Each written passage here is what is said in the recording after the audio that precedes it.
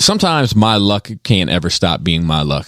I can't have anybody else's luck for even today. And I'm saying that somewhat tongue-in-cheek. First of all, let me thank everybody that subscribed to the Nerd Rage YouTube. We went from 600 and some to 1,000 within a week. Flex! That's crazy. So thank you all. It is much appreciated. We're on our way now, boys. To where? To the moon. To the echelon of YouTube. However, I say that to say this. I go to like, okay, I'm going to set up the monetization process. Oh, we're going to monetize? Shit. My goal is that it pays for itself. Like my goal is that $50 a year. $100 a year. $100 a year is my, and that's legit my goal. Yeah. So I go in and they're like, submit the such and such and click, clack. What are they like? If you got kids, you know the vibes, but click, clack, boom, click, clack, boom, clickety, clack, boom. Did that. There's like this duck and a typewriter. Doesn't matter. But like, I did that. Do kids know what typewriters are nowadays? Yeah. Yeah. Mainly from stuff like this. Anyway, so then the next one was set up the monetization process. So I clicked through that, and then it was like, okay, we're going to send you a confirmation to your phone number. And I was like, shit. And I was like, fine. That's Adam's number. Oh. So I went in to try to find where my phone number would be stored in my YouTube account. Got news for you. It ain't fucking easy to find. It's not under account information? So there is no account information for YouTube. So you have to go into through your Google account. To your Google account. So I changed it in my Google account from Adam's number to my phone number. Tried it again. Nope. It only wants Adam's number. It's like, okay. Went on YouTube to try to find a workaround, so to speak, of how to get this. Oh, well, you need to change the recovery number. And I was like, okay, where's the recovery number? That's in a separate place. So I go and I find... Very safe. It's like when you want to put thing away, keep it safe for sure, and you never find it again. They never had to worry about me finding it. So I went in and I changed the recovery number. Went back in to monetize. It's still Adam's number. So I went into Google and I said, I Googled what's the problem. Didn't get any clear answer. Eventually stumbled across something that said, well, what we think you need to do is download the Google app for your phone. So I did that. I got that bad boy now. Nice. Yeah. I mean, I don't like to brag about all my apps, but I got some apps over here, Chris. Right on. And I downloaded that, and then I logged into it. Went back, still Adam's number in it. So I was like, okay. How much time has elapsed since that? It's about 45 minutes. Okay. Searched again for what they say. Oh, we found that staying logged in to the Google app for 7 days usually helps reset the number. 7 days. Fuck me. What day was that? That was yesterday. Okay. Oh, okay. So by this time next week, we might be monetized. We might be monetized. I spent an hour and 45 minutes on trying to figure out how to change a phone number in my fucking Google account. Let's go. I'll go through it right now and see if it's. I've been. Well, my session. So ended. So here we go. Now you guys signing again. What's the minimum for monetization nowadays? 1,000 subscribers with. Oh, we did go over 1,000 because last time was 960 something. It was. Yes, we're like, over. I think it's probably like 1,001. Yeah, like nobody quit. Well, I'll tell you. I've got Crashbox has a YouTube, and I've got 1,500 subs or so, but I don't have the amount of time watched. So all my videos are short. So we've had the time watched for like years because all the videos are all 2 hours. Sure. But anyway, so here we go. Review partner program terms. I did all that. That's done. I got a check. I got a little green done here, gentlemen. You see that? Nice. Sign up for Google AdSense. Create a new AdSense account or connect an existing one to your channel. You need an AdSense account to monetize and get paid. Okay, cool. Sounds good. Look at this lady over here. She seems happy about it. She's got a piggy bank. I think that's what that was. To continue your session, complete a brief verification. This extra step helps us keep your account safe by making sure it's really you. Very safe, bro. Proceed. Hi, Nerd Rage Radio. This is your email. Yep. NerdRageRadioMail@gmail.com. That's where you send your questions. Yep. NerdRageRadioMail@gmail.com. Yep. MAIL, not MALES. Correct. That's a very different address that you're going to get. Make sure, but some of your questions might actually work. So here we go. And now I'm going to click next. And that is not my number. It hasn't been it's not 7 days, bro. Hasn't been 7 days. So we'll try it next week, and hopefully we still got 1,000 subs next week. So it actually we got to make sure you can drop. We got to make sure this show is on the money today. Yeah. Just like You got to make sure that post on YouTube today too. like when Krista was coming up on Instagram, like you have to reach a certain threshold to be able to link things directly from like she reached 10,000. over, she got excited, she started linking stuff, and then fucking like 5 minutes later it went under by one, and they shut that shit off immediately. Yeah, it's 10,000. So she waited to like 11,000 to like even fucking bother with it. Yeah. But I'm not done bitching.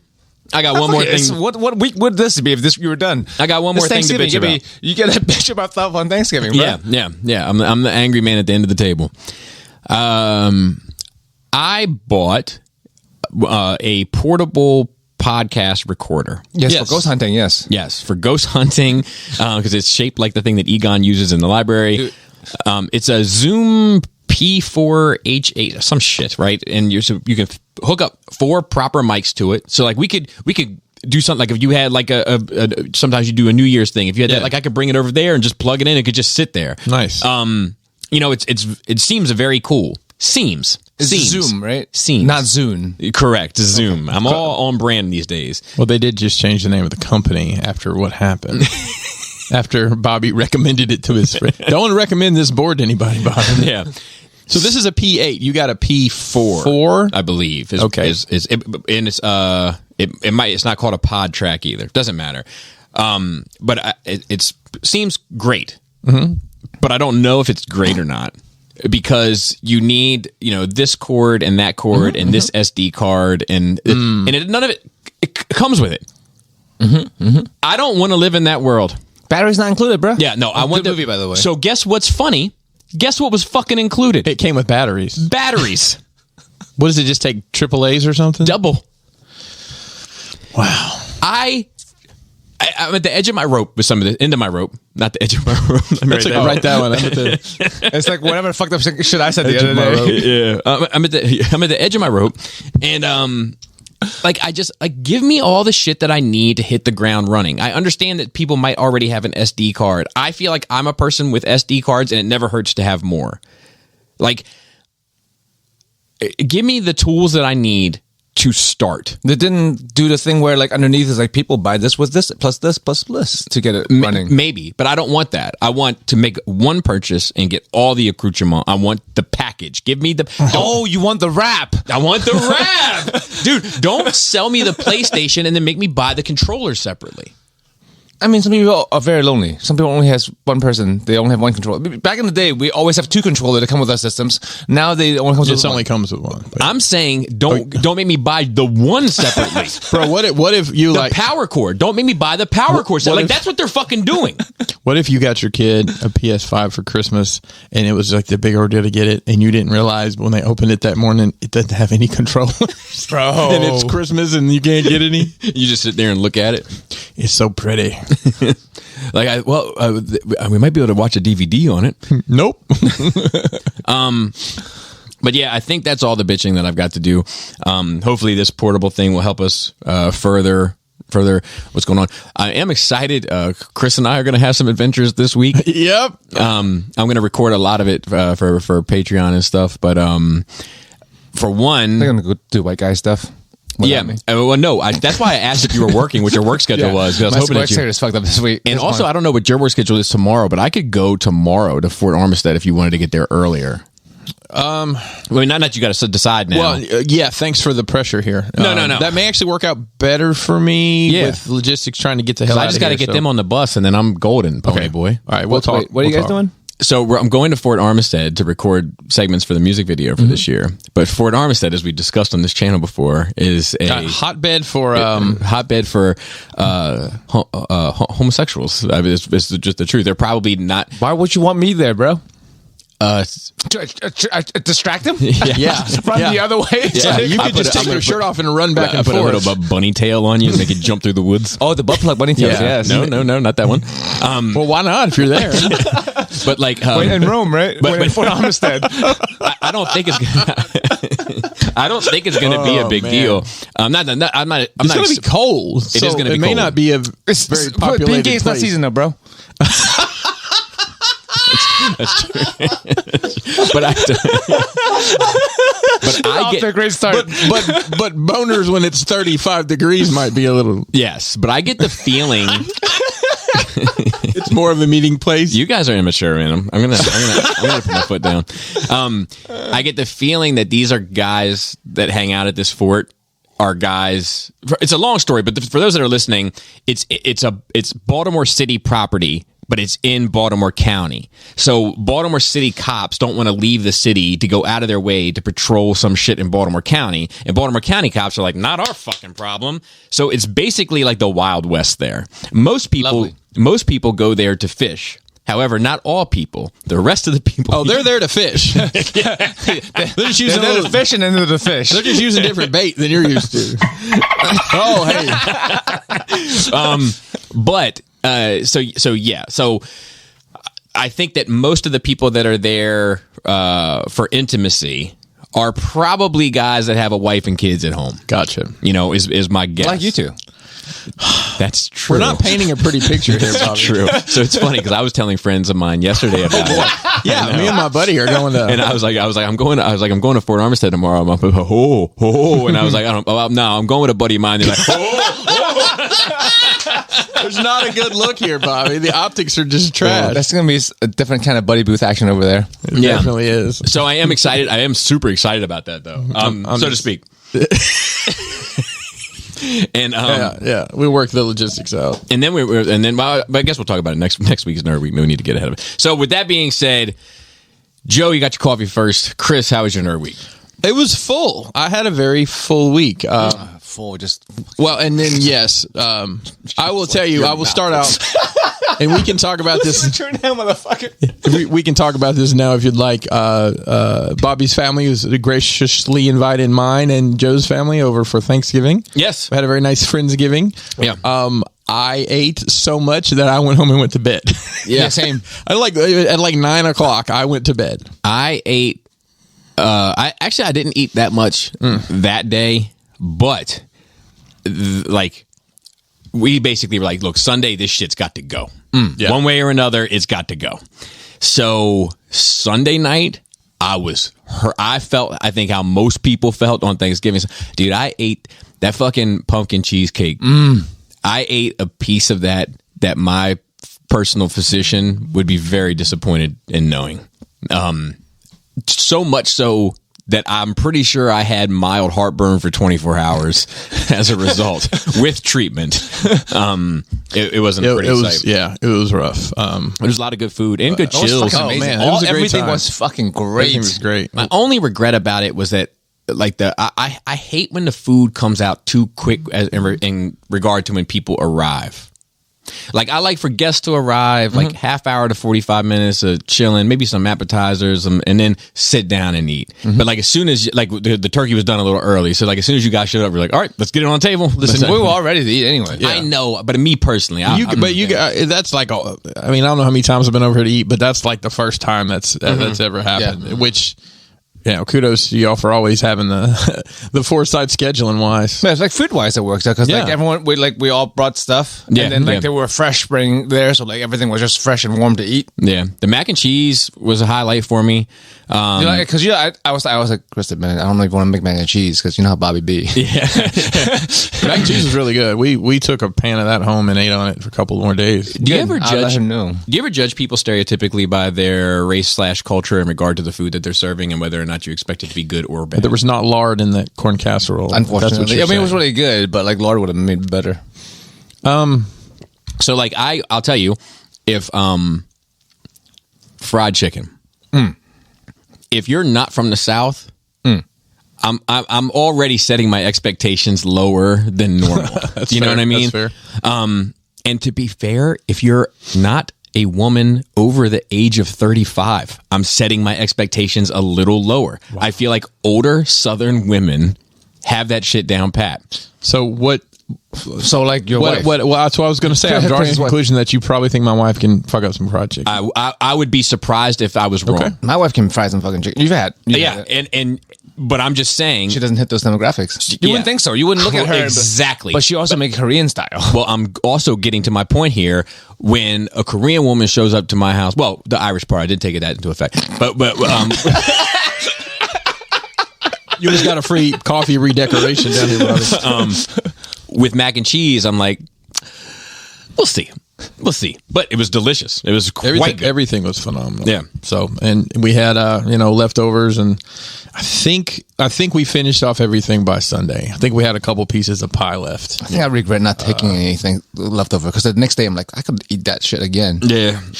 Phil stopped by after you guys had left and picked. We had a doggy bag waiting for him, but it was stacked. It was stacked to the brim with shit because we had so much food left here. Yeah, that was a lot. Yeah.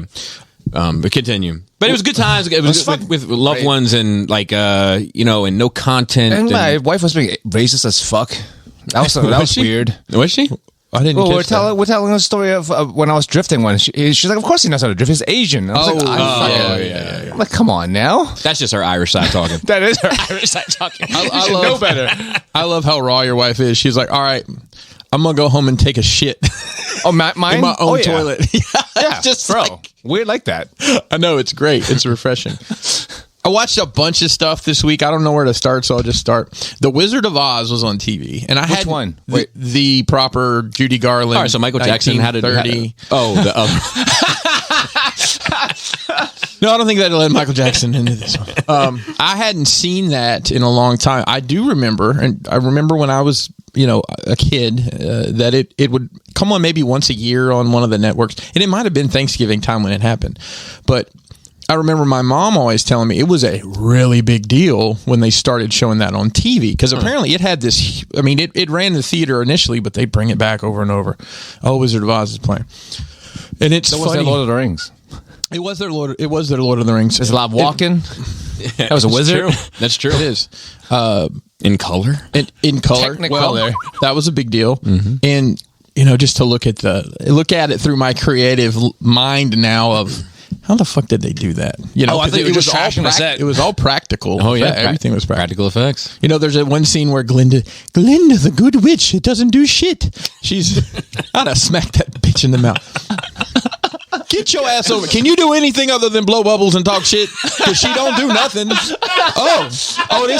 bitch has been bothering these munchkins for however many years. Some bitch has to come through a tornado and drop a house on her. You couldn't have done some bibbity bobbity boo shit to her. Can you do anything but blow bubbles and talk shit? Dude, love it. That's a good one. But like the special effects in there, and I can assume I know how they did it, but it was like she turned into a bubble and the bubble floated away. But that was like the only thing. It was all practically shot, and I think the best actress in the whole thing is the lady that plays the Wicked Witch. Oh yeah, she's great. She's on point. She's monkeys, scary. though? Dude, I like them. I know I love them. Of course you do. The flying monkeys are Yeah, great. they're just hopping around. I think they did a great job. There's They did. I did notice some funny things in there. So the little dog Toto, when they get, and hopefully this isn't a spoiler since this motherfucking movie's been out for 80 years. So when they get to Oz and it's just the big head, and Toto goes over and grabs the curtain and pulls back, and there's the guy in there going, wah, wah, wah. Yeah, It's like Bobby trying to use the old board. Don't mind me. I'm just stretching knobs over here. So it's supposed to look like Toto's grabbed it with his mouth, but they've tied it to his collar and have gotten him to. That dog got paid in today's money $2,000 a week to do that. He got paid more than some of the Munchkins did. Really? Yeah. Wow. Big moves there. Damn. I watched a Christmas movie, which is not my style at all. It was on HBO. It's called 8-Bit Christmas. I watched it as It's well. got Doogie Howser in it. It does. He'll always be Doogie Howser. And it was exactly what I wanted it to be and exactly what I needed it to be. It was endearing. It was cute. Yeah, it was cute. It was It's for old people, right? us. Yeah, it was old people. Yeah, It's the story of him trying to get a Nintendo Entertainment System in the Christmas that they came out, and it was around the time Cabbage Patch Kids, which I don't think all that lines up. No, I don't think but so it's either. it's great for the story. Yeah. People were protesting video games are violent and this, that, and the other, and anyways, it was on brand. Yeah. It was a lot of fun. A lot of things will change. A lot of enduring things about it. I did think the bully was like That dude's like 17. He wouldn't have been. They wouldn't have let him fail 6 times, would they? Yeah, but it was depends. It was military boarding school. There were like people in their 20s and there. Yeah. In fucking like sophomore year. Yeah, like literally. I believe. But I'm pretty hesitant with new Christmas movies. I feel like they don't quite have it anymore. Susan's a big time lawyer, but she has to go back home to her small town to help save her dad's farm. Oh, look, it's Bill, her love interest from high school, and he's recently divorced. Yep. Will they reconnect at the big fire pit like they used to in high school? It's so true. That's every Hallmark Christmas movie. You'll make money. Yeah, Somebody's listening. They're gonna fucking pitch this motherfucker. Bro, You're gonna see this movie next year. I'm gonna be honest. Like, I was looking at just the holiday movies on there. One of them was, what was it? The bookbinder's favorite Christmas. It's just like these super obscure careers, and then they're adding Christmas Story to it. Well, like I think it's the same with music too. Like our catalog is full. You can't add any more Christmas music. You can't add any more Christmas movies. Like we have these. That's all we need. Mm-hmm. Like Miracle on fucking whatever street. 7. I'm 8, trying to think. What's the 35th? last Christmas movie that added into my like? Elf. For me, I think it was the Grinch, live action Grinch. Did Elf come out before or after the Grinch? I think before. They were close because they're both good. They're both in there. Yeah, because they're unique. Yeah. Let's see what else. Oh, what about the train? Isn't there a train one? There's a 3D animated Polar train Express. one. Yeah, that doesn't make it. I didn't watch it. It does not hold up. No. It's that. It's got Tom Hanks though, right? There's Tom Hanks. Yeah, it's because there's that.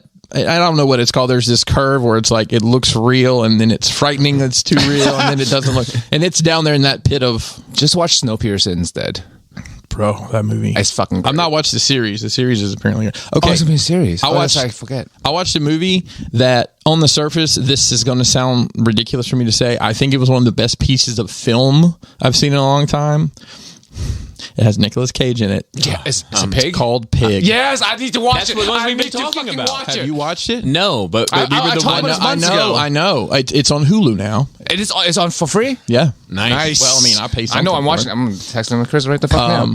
That is such a well done film. I mean, so was Willy's Wonderland. Right, but yeah, okay. Yes, but to juxtapose those two, it's Nicolas Cage that whole time. I'll tell you, in Pig, like you forget that is Nicolas Cage. He's so deep in this role, and physically he doesn't look the same. Are you being serious? I swear to fucking God, I am being serious. Oh my God, it's great. It's I don't know. It's your Piggly Wiggly bias. It's what it is. It's what it is. The story is his pig gets stolen. It's a lot deeper than that, but I don't want to spoil it for anybody. Oh, bro. Speaking of, okay, continue. I want to add on to it after we're done with this part. And it ends up being. I just got the. It ends up being about food. Really, it's about food. In the way pigs are food, right? But in this specific situation, that's not what's going on. Don't spoil it, though. I really do want to watch it. I thought you said you had watched it. No. You hadn't watched it. I was really looking forward to it coming out. It's a lot about food, and I love Nicolas Cage movies. The comfort that you get from food. I really want you guys to watch it. Yeah, I want to watch it too. I 100% watch it by this time next week. It was great. Talked every time when he was going through that Nicolas Cage movie phase. Mm-hmm. It's not a phase. I'm not in a phase life. I love they only come out so often, bro. That's the problem. The movie Pig kept coming up like every week. Like, have you seen it yet? Yeah, it wasn't out yet. But pigs, interestingly, brought up an interesting conversation at Thanksgiving dinner table. That is true. Because someone talked about how the swirly tail, and I was saying how the swirly penis, and I was like, what about duck penises? And apparently, y'all didn't recognize the power of duck reproduction. So for those of you out there who doesn't know about duck reproductive systems, fucking look it up. You won't regret it. Yeah, it's bizarre. I can't believe I'm the only one. Well, me and Chris are the only one at the table who was like, "How do you not know about this?" It can't miss. The duck vagina is like, it's a mystery, Bobby. It's like it's like the crown of a tree. You ever knew that kid that lived in that neighborhood and you never could get in or out of it? But only one branch actually leads to the egg. And then the fucking dungeon crawler tricks you, bro. And then the duck penis is like a corkscrew that darts explosively out. Yeah, it's horrifying. And it is slow motion, like half his body length. So like a duck is what, like 16 inch? maybe. Like a duck. Yeah, Man, I don't fuck with a duck under 20 inches. I'm gonna be honest with And you. it's got well, it says it got a 20-centimeter dick, and your wife we were like, what is that in inches? Your wife was immediately 8.5. She Bobby's wife. She knows pretty well. She knows on a pretty good day. well what On a 20 good day. centimeters. On a good day. And Bobby's so all the like time talking about that imagine 20, half 20, your 20. body length and penis size that you can dart out. Oh Jesus! And that's and a corkscrew pattern. But yeah, look it up, man. It's fucking. It's horrifying. That sounds like a horror movie. Did you guys hear that Michael J. Fox got a seasonal job with the Salvation Army? So let's sit on that one for a minute. I watched the movies.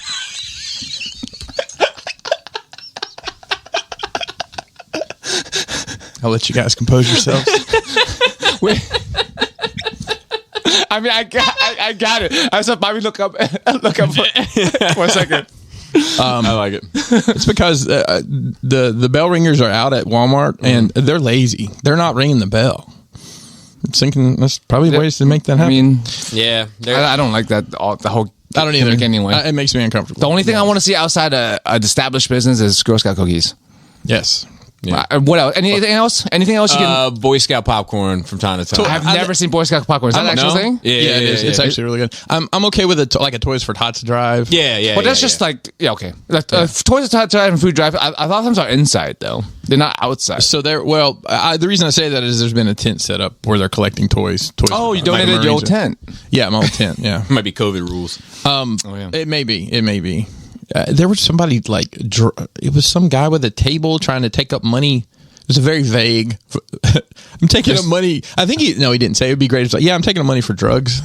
Dude, I saw a homeless guy one time with a sign that said "Need money for alcohol and drug research." Right. Exactly. I gave him money. Like, at least you're being honest. Well, not only that, it was like I'm paying you for the entertainment. Yes. You know, like you've provided a service, you've brightened my day, you've earned this. Yep. The best homeless sign I've ever seen. I saw it in believe it or not, in Nashville, Tennessee. There's a huge homeless population, and there's a guy who had a sign that said "Too ugly for porn." I'm like, if he was on the other side of the road. Remember the good old days when you didn't have to be attracted to be a man in the porn industry? Well, in Japan you don't. Oh, they blur their faces. They like out. they like ugly men in porn in Japan. It makes it more like realistic for the viewer. Like, look, I'm a fucking average looking dude. I can bang a hot chick. Like when you and see a blur it porn out. with like dudes that are too good looking, you feel bad about yourself. I think that's the mentality over there. Over there. I can see that. It's more relatable. There was one more Dark Side episode that I hadn't watched. It was about the steroid trial. You guys familiar with this? So in the early 90s, It's not the Jose Canseco thing? let me back up here. Anabolic steroids were legal until a certain point in the 80s, and all of a sudden it went from stuff you had to these are illegal. I mean, and they're still like pushing that. Like, there's still like substances because chemistry is amazing. You can like change one molecule of one thing, and it's already a new patent, right? Even though it's the same thing. So like every time something becomes illegal, labs just be like tweak this one fucking thing, and it's something else now. So like It's a still being constant chased, cycle of one chemical. constant steroid cycle. Yes. Yeah. So, the story goes that there was I think the guy was actually a chiropractor that was giving out steroids, prescription steroids to all the wrestlers. He was they did a lot of their recording in Allentown, and he Pennsylvania. Yep. Wow, that's like right so there. they recorded a lot of like the shows you'd see like on Saturday mornings and stuff. And he was just, what do you need? What do you need? Here it is, and handing it out. And basically, that guy got busted, and the whole house of cards came tumbling down. And it was not the most interesting episode of that show. I'll be honest with you. If you know the nuts and bolts of what happened, there's really no insight into any, because they don't talk to anybody of consequence. Right. A couple wrestlers that are washed up that have. There's a guy named B. Brian Blair. That's a mouthful. He was one of the Killer Bees. And Bebop and Rocksteady. Wu-Tang Clan again? No, but I have a Wu reference in a little bit. He was one of the first people that just kind of went off against the pro wrestling industry and started, spilling the beans on stuff. So to me, his name's kind of not as credible as if they had someone that's not 42 times been on a TV show talking about, different stuff. There's a series, I know we talked about it before, the Toys That Made Us. They did the movies that made us. There's like a big They've actually there's a done lot 3 now. seasons. There's a of lot that. now. I didn't realize that. I want to watch it if I have time. Well, they did one on aliens, so I watched it. It was a pretty interesting story. I didn't realize that James Cameron basically went from obscurity to doing Terminator to doing Aliens to the moon. Wasn't it something about the Terminator being like from a dream? Like he like dreamt it and then he made it. Possibly. This wasn't the episode about that show, but Yeah, about the Terminator. him and his ex-wife at the time kind of did all that, and that one's worth a watch if you like Aliens. Although I have kind of grown tired of their format for that show. It's obnoxious. It is obnoxious. The fast cuts and then the sound bites they're using over and over. I don't know if they can change it like though, tongue in cheek. because they're so established Yeah. as a formula now that It's so off putting to me that I won't watch it. Like I mean, that's why I haven't like jumped on it as much. I put Rick and Morty in the same pocket. Like for me, like it's I know from watching it and the few episodes that I've watched it and objectively looking at it that it's like a smart show and it's quite clever and all those things, but it's so sonically offensive to me that like I can't. It's like like death metal. It could be a really well written song, but I can't handle the and then we flip his arms. I can just I'm out. It's not bad, Bobby. Not bad. When's the last time you guys got hit in the nuts? Like, It's been a long to the ass point time where you knew. It's been a while. So It's been a long time. I get like accidental checks here and there. Yeah. but not like yeah. So most of them are self inflicted. Yeah. So tell me Dude, what's sitting on your balls accidentally at 40. So I tell you, my balls are getting smaller as I get older. I've noticed that. I'm just being honest. Hey, I've noticed. just be honest. Like no, hey, for everyone out there, this is actual got message. calipers. Once Like, you get over 40 as a man, It's not my balls. It's the it's my satchel. Like it's like just staying a little. bag. It's The like just leather staying. bag. It's just staying a little closer to home base. It's cold. It was. I guess like all the time. Like it's even just, when you get out of the shower? even when I get like You're not tripping over them? No, and not to say that it's like like obnoxiously so, but like I love the way you just did that. It's like he was hugging himself. Oh, so tight. but it's like like I feel like long gone are the days of doughy nutsack. Doughy. Yes. You've all obviously been hitting the nuts before. What is worse? Just a glancing blow or a full on like Full on, bro. Full on. Full on. Bro. well so Full on to put you down for the count. Glancing blow just makes you think about your decisions. So when I was in the pro wrestling business, oftentimes my brother-in-law Lane and I would take bookings together and go, we're going to go work this place. Well, a lot of the time in that situation, well, y'all are just going to work each other because, well, no, they I don't think you're understanding. I almost choked. I literally had a drink and I almost fucking died. So the reason I'm saying like they need another match, and well, there's these two guys that haven't worked anybody here. Let's kind of a tryout almost thing. So me being legit a foot taller than everybody else there, and my brother-in-law is like I don't know, he's probably Mason's height. He's like 6'3". He would almost every match like punch me in the like be work punching me in the like he would in somebody's stomach. Well, my nuts are where people's stomach is, so he would almost always do that. So Kelly and I were wrestling around, screwing around the other night. about that. Well, which part? Which part? Your nuts are where people's stomachs are. I don't know, Bobby. You want to stand up? No. So go sit over there. anyways, we're just screwing around, and Kelly goes to punch me in the stomach, just joking, and gets me right. And it was my right testicle, just clips it enough. It put me to the ground. It was rough. It's crumpled. So now everybody's sending your ball destroyed. I don't know. There's no fetish about Anyone, it. I feel like anyone that's- lost a testicle? I feel like that's the time when you see a man be the most sympathetic to another man. It's like, oh, Yeah, bro. like- It's never like man up, bro. It's never Yeah. like get your ass up, walk it off. No. It could be somebody that you like hate, but if you see somebody like get tagged, you're like, "Hey, are you good? You okay, buddy? Let me know if you need help getting up. If I could do anything, man." I'm like, oh, you good now? Go fuck yourself. yeah. All right, back to business then. Unrelated to that, I had a physical today, probably for the first time since I've lived here. Nice. My doctor's name is Dr. Wu. Oh, Did you get any? He didn't have any accessories. No small bits and pieces for my Transformers collection. It is, and it's Woo. No, it's a WO. It's your Woo. oh wow. Not this Woo. I'd be careful. It's an Asian guy. I know, but did they drop any rakes on you? No, while you were no. There was no. I'm pretty sure he's unaffiliated. Do you ever have a problem with you being so long in the teeth? Hey, yo! In the teeth?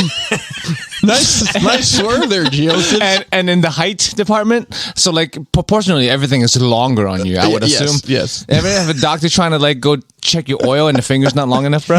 No. They're just like, I can't fucking reach in there. I do get. Man, how was your health?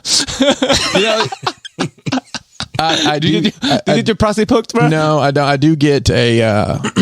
I do get a hose up my butt soon. I'm excited. Oh yeah. Oh, you're gonna turn you into a party favor. Long teeth, man. Yeah. Plus, they and I'll tell you, they used to wait. I think it was 50 or 55 to have that done. But like he said, he's like, Chadwick Boseman and other people in their 40s that have died from this. They bumped it down to 45 now. Yeah. So also like with the balls and your testicles being more hugging, like at this, I'm gonna go check out this YouTube. But like actual health PSA, men. This is for men only, 40 and up. Like get your T checked. Get your testosterone checked because it's very important to a man's health actually to have your testosterone in range. A lot of us. Everybody's going to need TRT at some point with testosterone replacement therapy, and some of us will need it by the time we're 40. So you'll feel better overall. Your mood will be better. Your sleep will be better. Like you'll fuck better. Like see, but that's that. Like I did that for a while. TRT. Yeah, it didn't really do nothing for me. I couldn't tell the difference. I wonder because like But it was at Alabama. It was at Alabama TRT. Do you get dialed in because they're supposed to like get it checked regularly? I don't think it really did. Would your sex drive decline with that? Like no, your sex drive go up with it. No. The opposite. If you were having lower testosterone. Yeah, your sex. Once you fall below range, you will start having lower sex drive. Okay, so I'm fine. Yeah, I would think so too. I'm pretty good too. I'm fucking bro. I'm big horny on men. Yeah, I can't. I'm like I can't be stopped. But your balls on doughy though. That's a problem. Yeah, it is true though. It's true. I'll also give this men's health tip. Prostate cancer is horribly under screened for in this country. Yeah. So if you're over 40, ask for a PSA test, which is how they check for prostate cancer. And don't ask me all the math and science behind it, but there's some numbers and they go up and down. I know this because my dad's had prostate cancer and he deals with that. He doesn't deal with it. He keeps a spreadsheet of his numbers just to see if they're going up and down. So Yikes. it costs $20 for the test. If your insurance says they won't pay for it, it's $20. For sure. Actually, your insurance will usually pay for maintenance shit and preventative shit. Like they will pay a lot for preventative shit because they know if you get fucked, then like they're fucked. Take care of yourself, fellas. Yeah. So I went and got blood work done too, which is exciting. I got a tetanus shot. I hadn't had a tetanus shot in 10 years. Yeah, it's about time then. Yeah, especially with all the 10 years. rusty, right? All the equipment you deal with all the metal, time. Batman, I'm dealing with. And I also got, Joe, you'd be proud of me, I got a flu shot. Nice. So I'm completely vaxxed. Have you been boosted? No, I haven't been boosted. Sounds like I'm ordering hash browns. Yeah, let me get vaxxed, waxed, And boosted. and boosted. I heard a good one the other day because we said vax, wax, and ready to chillax. Yeah. Vaccinated, caffeinated, and freshly masturbated. Yeah, man. Good times. Oh man, that's good shit. I've been watching videos on cruises since we're on this cruise, and there was a video, it was like how the logistics of the cruise industry closing. So in March of 2020, they said 30 days.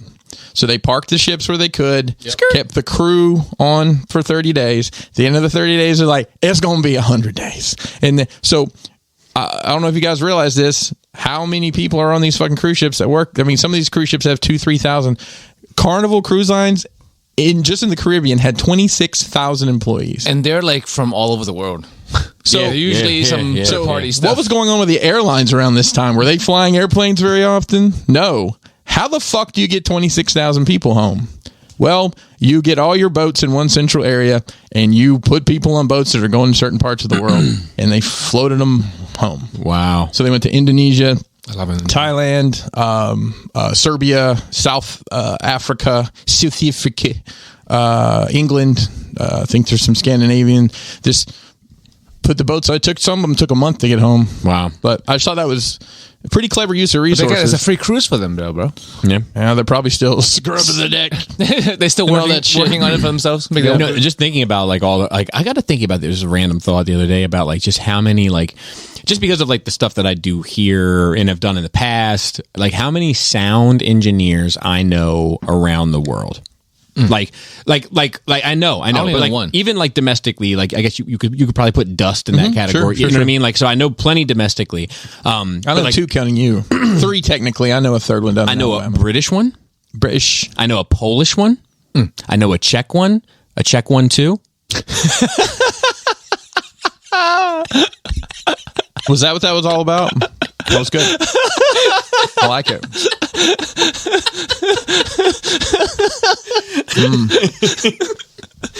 Okay.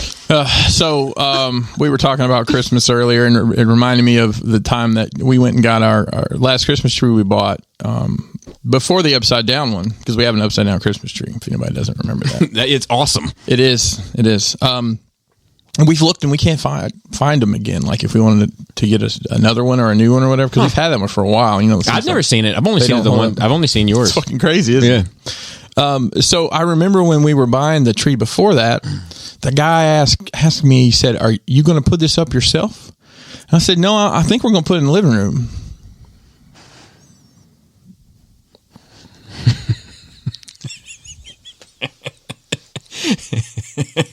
I love you, Joe.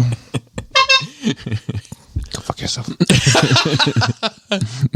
And the last thing I have, I watched this. I thought it was about this dude with like wings that flew around. Some TV show called Hawk Guy. But it's a guy? It's a No, Christmas. that's Hawkman. It's a Christmas story called Hawkeye. Oh. How was it? You didn't watch? I'm trying to watch all this shit. I started watching He-Man Revelations. Yeah, I haven't even started yet. Yeah. So, it's. I watched the first 2 episodes. Nobody's talking about it other than the meme of the toilet with the number on it or whatever it is. It's like. I want it to be great because I enjoyed the hell out of the Matt Fraction fiction, and they've Matt Fraction fiction. Whoa. Too. yeah Bars. No contradiction on this Matt Fraction Oh fiction. my god! Build a booth, the Buddy Booth. It uses the whole. What do you call that? A style pack? I don't know. All the way that comic book looks with the arrows and all that. The like fonts. the They style. literally use it all. And I did see some stink that the guy who created that is not getting paid or even credited by Marvel. Whatever, you got paid to do your job. Yeah. So I mean, when you go to work for the big 2, you should know what time it is. They're Yep. going to own Yep. it all, and you own nothing, and you walk away with your. It's like working for John Hopkins. You know what I mean? Like you don't get paid. You don't get paid. My company, I signed something that says if I come up with a new invention that helps this business, it's theirs. Like it's like Everybody It'd be does nice that. just to have your name credited. Though. you know that I agree with, but like it's just like John Hopkins. Like you don't get paid well, but next time you go for a job, you got that shit on your fucking resume. Sure. Yeah. Sure. I don't want to bring judgment on that show yet, but the first 2 episodes are a little bit of for me, it was a little bit of a struggle. It's like, geez, let's pick up the pace here. It's only 6 episodes. Already fucking dragging. But apparently my oldest child's doppelganger is Hawkeye's son. Oh, really? Have you seen this? I haven't. I'll show you real quick. It's the kid looks just like Mason, and I didn't notice it the first time I saw it. Let me see if I can find it. I do like the I do like what I've seen, like the color palette and shit. I know that seems, but it doesn't seem like so bright and vibrant as like a Marvel show. It seems like it's got a little bit of edge to it. Like it's a lot of like yellows and golds and like browns almost. This is not a good picture, but the kid Oh shit, that's has a striking resemblance to my Oh my oldest God. Your son. kid didn't tell why was he in the movie or show and I didn't know say he anything didn't about tell it? me anything. He just sleeps a lot. Because so like I had no idea. he might not be sleeping, he may be out working. That's you what just it thought he is. was in his That's what I room thought. because you He don't was check just on asleep. him. Catching a red eye. That's right.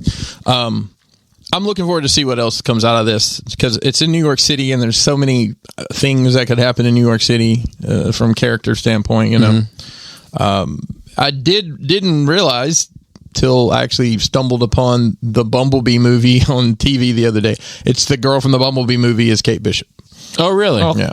Look at her. She's done 2 things in the world. Mm-hmm. And I guess that's about it for me this week. Big things, I guess. Yeah. Joseph? Let's see. Dude, so like, kids be rambunctious in the neighborhood, right? Now, not your kids. Now who's the old man? Dude, I mean, I've been that guy. Like, when I saw that fucking kid cut across my lawn, man, I'm just, motherfucker. Kids be rambunctious in the neighborhood. Especially those kids in the fucking house with the fire. The big fire every fucking night. That house is a problem. So, like...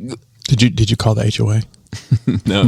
They're not super attentive, which is probably for the best. I feel like if you have a washer and a dryer sitting in your front yard, they're going to take notice, but otherwise they're going to kind of stay out of your way. Yeah. So what you need to do is put a washer and dryer in front of their house. Yes. Now you're Well, while we're here, but like outside the in the common area, the grassy knoll that we have. don't call it that.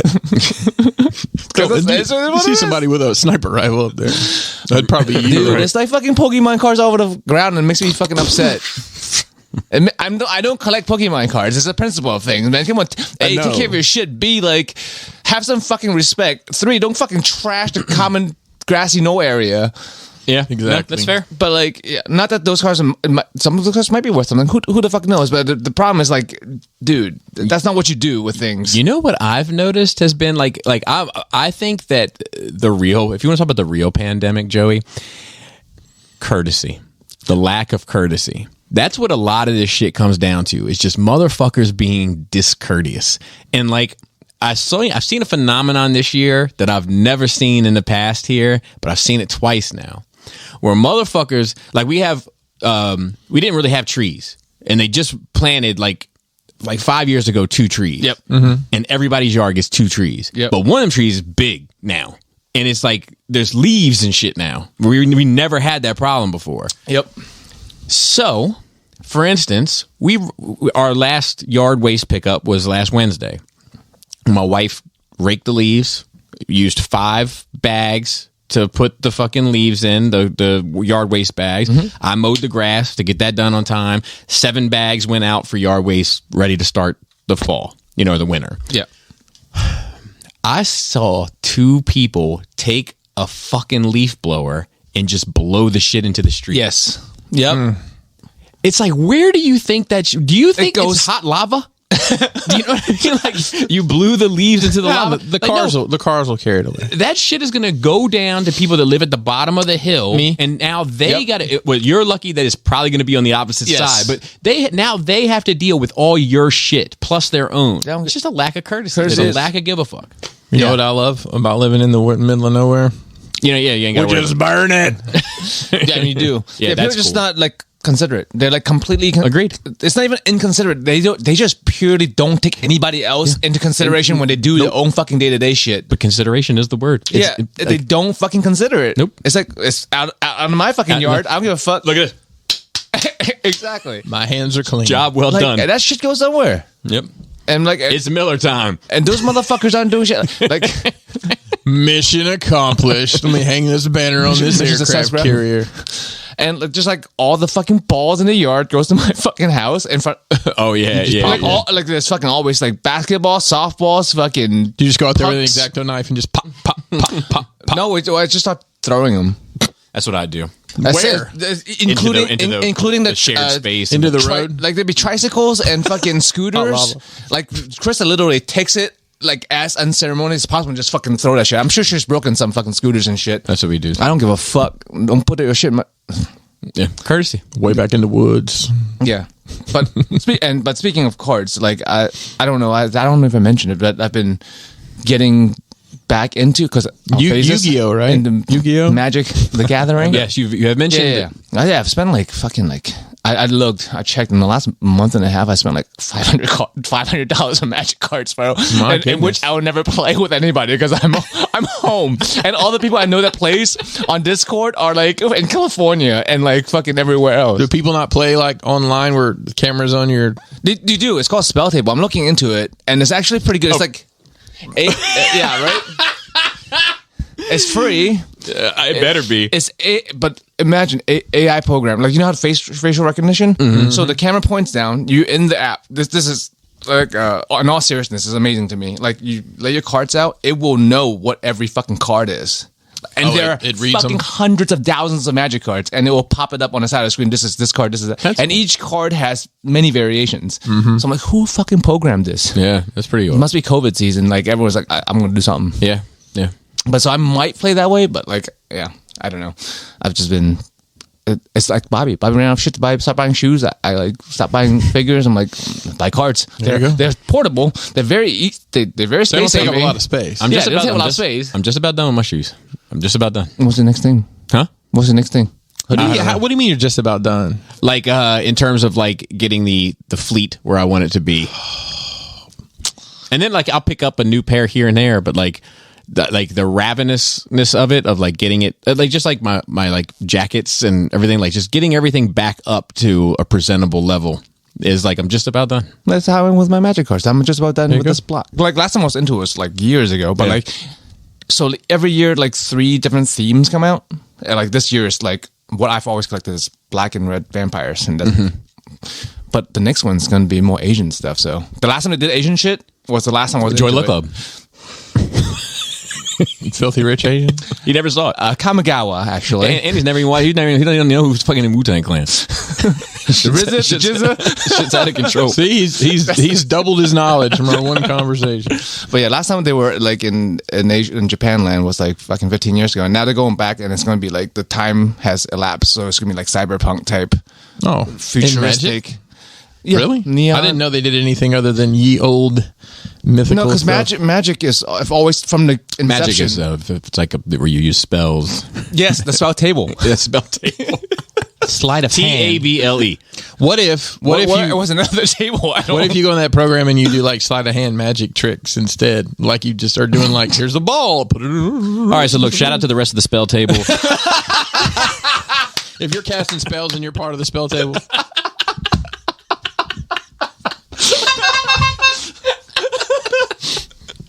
Oh my goodness! I don't even know what to say anymore. There's a new dumb name to call us when you write in. From the inception, it's a multiverse. Okay, Like I didn't realize that. It's an infinite amount of multiverses, and the main characters are planeswalkers. They can travel between planes, like not aeroplanes, but planes of existence. yes, of course. And they can cast magic. So, do you have a Black Lotus? No, Okay, that's the only thing I know about Magic. Is that card like the most valuable card? it's one of the most valuable. There's some sexy character designs in Magic. I feel like some of those like some of those. Chandra. Oh, I don't know. I could. she couldn't becomes tell you. on fire. When's the? I do not know your ways. When's the video or when's the movie coming out? I wish. Okay, To ruin the- they're to actually ruin the- no, They did a movie. Did they do a Magic the Gathering? No. Yeah, wasn't it? No. What was it? What was it that they did? They did Dungeons one- and Dragons? No, they did another The one. one It was with like Marlon og- Wayans. It was like ogres, and they were fighting the. Oh, that's Warcraft. Tomato, tomato.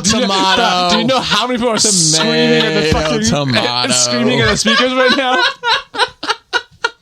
I don't know if it was purposeful or not. Regardless, God. there's some ignorant shit, bro. Yeah, man. That's all right. I'll edit dude, it out. Magic does have great like cinematics. They do like really. So when to amp a set of cards coming out, there's actually story. There's stories to the entire fucking universe. Every time a block comes out, there's a whole story to it. And before the block comes out, which that set of cards coming out, they make a like 2-3 minute CG intro to it, and it's actually really fucking good. And I do wish they make a movie because it's actually very deep lore in Magic. I believe that.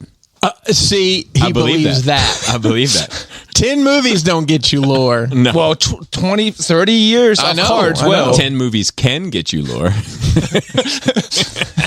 what else have 10? It's just not a given. We shall Fucking see. Expendables We is shall on their see. 4th. Ain't no lore there. Don't make me dig.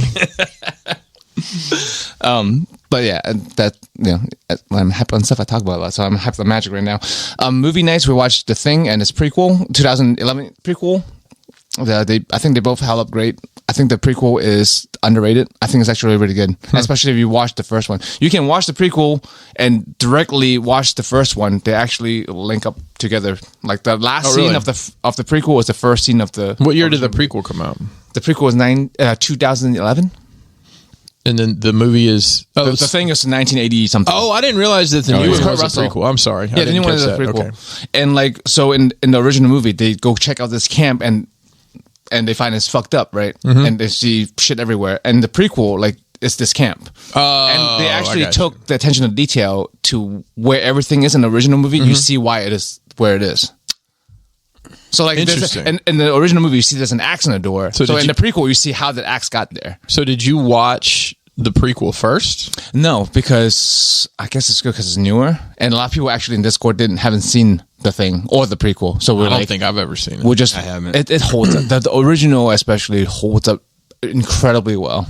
And what I've noticed, because we're watching all these old movies, right, with practical effects that are great, it's all fucking Stan Winston. Yeah, all of it credits Stan Winston. So I was talking about that alien thing. Yep. Stan Winston. So like I give it more credibility. Like, a lot of times I get ads on Instagram. I don't use Facebook anymore, but like Stan Winston School of Practical Effects, come and join. Yeah. I'm like, okay, I think about it if I was ever interested.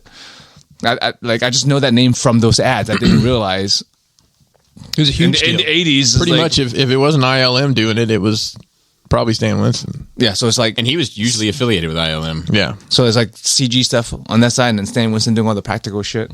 Affiliated. And the other thing, if we finish Mad Max 3, okay, we're gonna go into Furio next. It's very different. Because sometimes things in a certain universe, they make multiple movies or multiple books and multiple stories. It's all more or less the same shit, right? Because you would think post-apocalypse world is more of the same, right? But there's a very different feel to it. And I think it holds up okay. I think the second one's still the best. Tina Turner did fine in this movie. She had and to. They had a That's right. There's somebody right off camera. Making sure she was doing what she's supposed to do. Little person. Yep. I think this. Yes, I think so. Riding a giant person. Yep. Always made me sad when the giant person. Is it a big baby? Yeah. Yeah. So you do know that movie? I've seen it. It's been years, but like you know that scene. Yeah, I know that movie generically, but I even sent you a screenshot. I was flipping through HBO Max and it said the Mad Max collection. I'm like, oh, cool, and it said Part 2 and Thunderdome, and then the new one. So it doesn't even that first one doesn't even exist to the company that owns maybe it's a different studio that owns the first movie. It was very different. It was pre-apocalypse, and it's like when he was a cop. Was it made? Was that like an Australian film before he made his big break in the States? 1970 something. That's what everybody forgets, that Mel Gibson's he's Australian. He just tucks it in, so to speak. What do you think about accents? So if you lived in so if Cody moved here, right, and he has ability to speak in American accent, should he? No. I don't want to hear Cody speaking in. I'm just saying if you live in the should you adapt the lands? No. I don't think necessarily. Like if you live there permanently, because I was irritated when Madonna had the British accent, like in 2 weeks of being there. I don't have the right answer for this, but I don't know if there is one. Right, but it's just an interesting point because I tried my best to speak without an Asian accent when I first started learning English, right? Because we all sound the same with our. No, Joe, could you please tell me? Asian accent. Oh. Like, you can tell a person's country of origin a lot of times by the accent. What do you mean? So if you were to move to somewhere where they have the accent, would you not speak in that accent? Well, no, because that's like an impersonation, right? Like, so I wouldn't do that because I feel like that would be disrespectful. But I did people actually pay for like speech therapists to like make them speak like locally. Yeah, to me, I like this variety of spice of life. I like different, you know what I mean? I like little different, like I like bumping into. I mean, he sounds less Southern now than he did when I met him. But he can turn it on. He's never had the thick drawl. Hey, listen here. See, like he can turn it on and off, but like it's like, and it depends on who I'm talking to. But I think that's the thing. Get me around if you're down south, your fucking accent will come out naturally. And yeah, same with me. Like I actually have different accents on top of my already existing accent, depending on where I am. Yeah, but I mean, I think that like. I think so. Like, I think that's actually a deeper conversation because, like, if I'm sitting in, like, if I'm in a professional environment where I have to explain something professionally, I take on a different it's like a representative that I take on. That's not me. That's work. But it's like it's a slice of me somewhere in there. Do you know what I mean? Where it's like I'm doing this to make the information the most palatable for you. You know, but like my true like natural state of conversation, I rarely get it. Usually when I'm fucked up is the only time it really comes out because it's rarely the most effective way to speak unless the goal is just to make people laugh, which is usually where I'm at when I'm fucking buzzed. But like, you know, so I think that everybody has different shades to them, you know, and shades to their vocal pattern and the way they talk, and it's like, you know, like my dad used to say, like you know, you could speak that way when you're with your friends, like because there should kind of almost be like a separate dialogue with your friends than it is with your parents, and but vernaculars and accents aren't the same thing though. Right, because you use different vernacular for a different occasion, but like that doesn't necessarily mean your accent changes. It doesn't necessarily, but it doesn't like because I can we can use different. I use different slang on Discord than I do. Yeah, but like I'm talking a certain way here, but like if I go into like a job interview, I'm gonna be like, I'm talking a certain way here because I want you to hear my words crystal clear, and you know what I mean. But that's not how I talk. Right. It's like I'm doing an impersonation of the way that you want to hear me talk. You know what I mean? Yeah, I understand what you're saying. And I do actually understand the words that are coming out of your mouth. You're right. We're different shades. I was on the phone with Energon Addict the other day, who's he's from Queens. There's no doubt. And I got off the phone and Kelly's like, "Why you talk like that when you talk to him?" I'm like, what do you mean? She's like, "You don't sound like yourself." I don't even realize and you don't do it purposely. No, it's not consciously. No.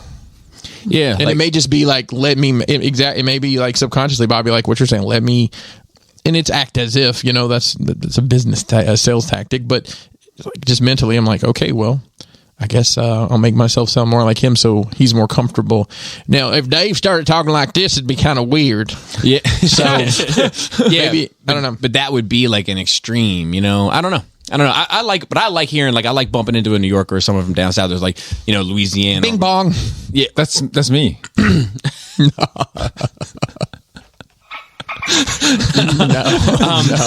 But you know, I think that like that's more ching chong.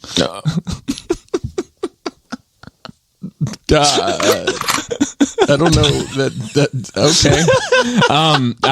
Joe said that. It's funny how the word has changed completely different meaning when you just change the first syllable. And he's from Hong Kong. I tried to put that in there too. Be like, yeah, but Joe is from Swedish or something. He's British. Yeah, he is. Him and Cody can talk seamlessly. But yeah, like I like like, you know, when I don't know, I like hearing different shit. You know, yeah. Even like that. I guess it's a little bit different because I did get made fun of for having an accent as a young lad, but so I believe that too. Even I'm sure Southern people, if they have to fucking move to like New York City and yeah, I mean, when you call us Southern people. I remember, I'll never forget when you people, bro. When we went to the block, yeah, and Matt Baldwin sat in front of this young lady that was busy working. Yep. And she and he said, I said, "How you doing?" And she's like, "How you doing? You country as hell." So, you know what I'm saying? Like, but she wasn't. But it was like, but she said it like jokingly, right. You know, but, like it wasn't no malice to it. Like, where you? But would you rather just blend in? West Baltimore, and West Philadelphia, born and raised, right? Or West Baltimore was a thing too. West Maryland, though. That's what I meant. Fresh Prince, though, bro. Yeah. But moral of the story is, Cody, work on your American accent. I want to hear it next time you come. No. I've heard him say some stuff, and it's hilarious. So I met this British kid one time that like he was like, because I was like, "Hey, do you all have an American impression?" Like I was like, I feel like every American has a British impression. They don't always pull it out, so to speak, but everybody can kind of do like, "Oh, the chips and tea and you know, whatever the fuck," right? And I was like, you bro, you know, I feel like everybody has it, right? So I was like, I've got a couple British. Yeah, I agree. So like, I was like, "Do you guys do an American one?" He's like, "Oh, it wouldn't be proper, would it?" And I was like, no, like I'm the type of guy that gets off on people cracking jokes on me, and he was like, "All right, fine. I'd like to thank the Academy, my therapist,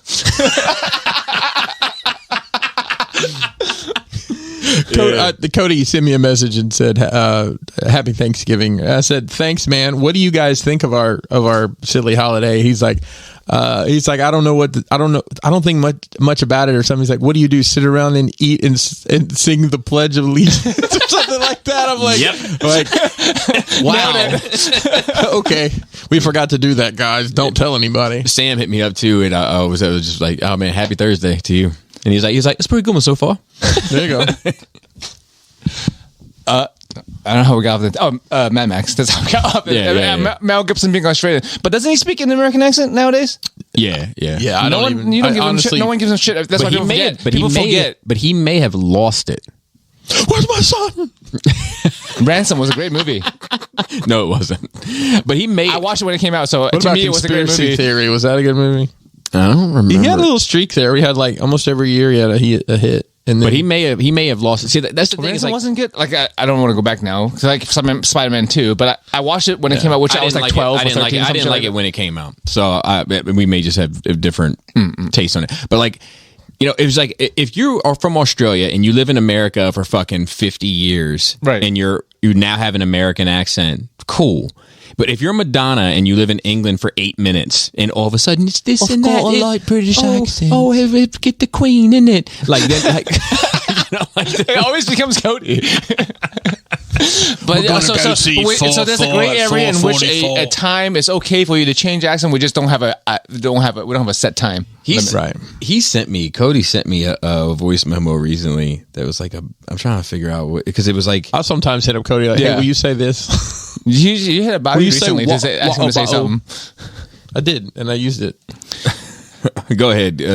But also, we were talking serendipitously. Last week we were talking about how quicksand is a big worry back in the 80s. So yeah, Mad Max 3 had like 2 different quicksand sequences. I'm like, to see shit like this is why I was worried about quicksand, which doesn't really exist in real life. I mean, it exists, but like, you're not gonna fucking stumble up on it going to fucking work, right? Like I thought you would somehow.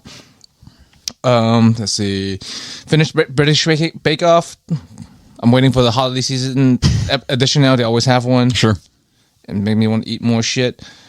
Bobby Unfairface. Why did I write Bobby Unfairface? Bobby Unfairface. Oh, okay. So, I mean, we all both agree we didn't like Dune. Well, we don't think Dune. We think Dune is overrated. No, I like you it. think Dune is overrated. You don't like it. I don't like it in a vacuum. Okay. I might end up loving it later on. But part of it is because you couldn't understand what was going on. Mm-hmm. But you gave Tenet a really high score, not understanding. That's the way I put grading Tenet versus Dune. Bobby Unfairface. That's my note says. Yes. So the difference is that in watching Tenet, I know that the math works out on it. Watching Dune, I don't even know the math. My issue with Tenet is that I see all the pieces. I can't put them in order. I can't even see the pieces in Dune. I don't need you to explain Tenet to me. I need to sit down with Tenet and myself and with my own self and get a piece of paper and write out a timeline and make sense of it. Tenet's pretty easy. I can explain it with a piece of paper. Seriously. This is going to be some bullshit. No, it's not. But with Dune, I needed you to just tell me, okay, there's the Force, there's the Rebels, and then there's the Empire. Okay, cool. I'm off to the races. I got it now. They didn't even set me up. Mm-hmm. That's the difference. Tenet starts here. Uh-huh. This is the middle. Uh-huh. And then this is the middle, and this is the end. But it's like this. It just tells the story backwards from the middle. Yeah. Does that make sense? No, Did you understand that part? Yeah. So I even get that. Okay. I just don't. I want to watch it. You're making me want to watch it again. Yeah. but yeah, it's slightly different. I understand your point, but it's slightly different. And lastly, regarding the question of like what gets you through tough times, a lot of times like I think about these questions that we get asked on here, and then I get a better answer. It's hard to answer them on the spot because I try to. I don't want to know the questions ahead of time because I don't want to. Right, same. Because like sometimes there's jokes in there that I fall for. You know what I mean? Yeah. So I come back sometimes with the answer, but like anime, I tell you, on my bad times, I watched a lot. Like my last breakup with the 5.5 year relationship, dude. I binged anime for like 2 months, and I felt better afterwards, and I felt better during. Oh, there you go. So anime is a big part of my life.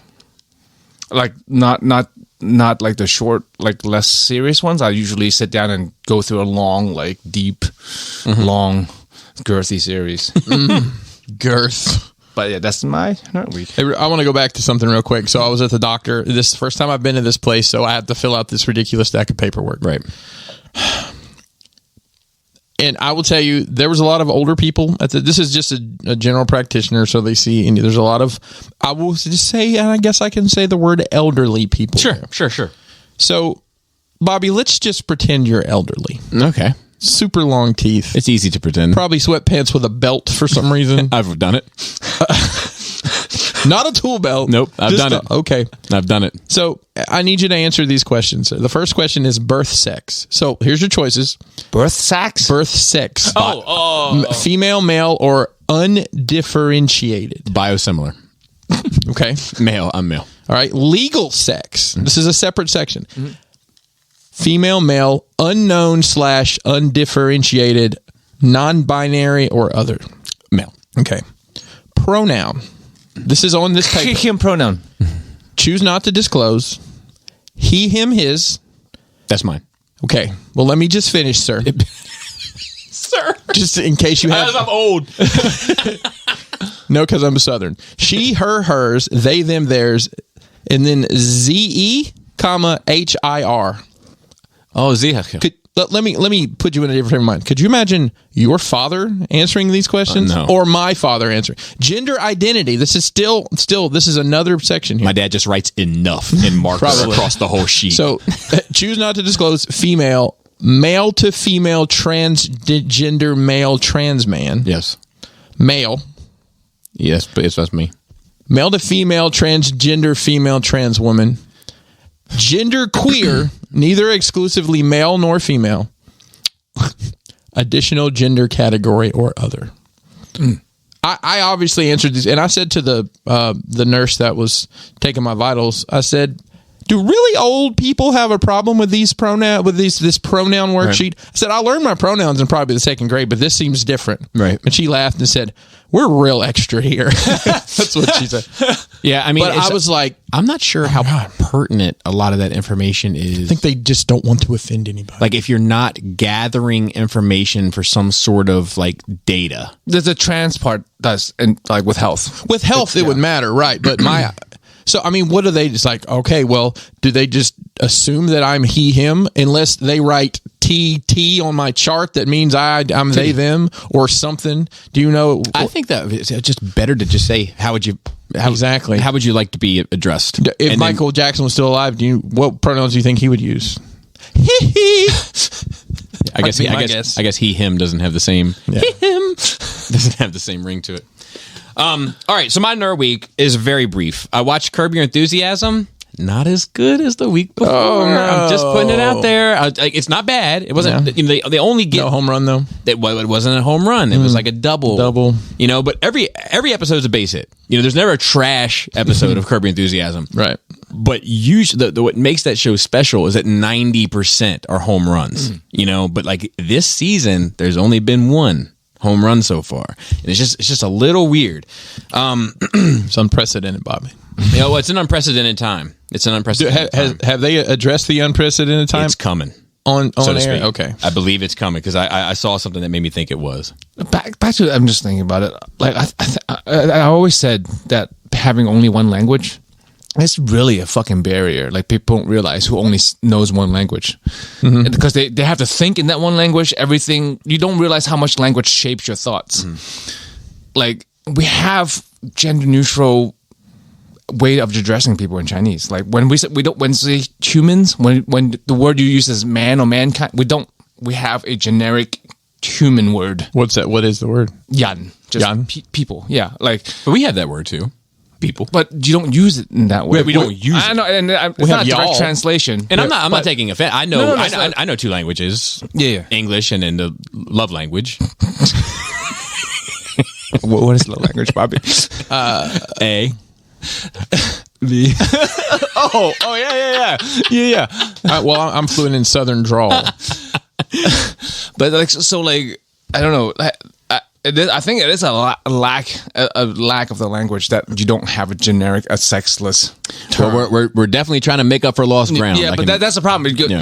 You're making up for some because it wasn't invented that way. So now you're trying to fix it. But see, it's also like languages that are like everything has a gender. Like isn't Spanish like everything is a fucking Spanish, French, Portuguese. That's the problem. You're gendering fucking tables, right? Like no one talks about that here. Like no, you change the whole fucking language. We do kind of though, because like.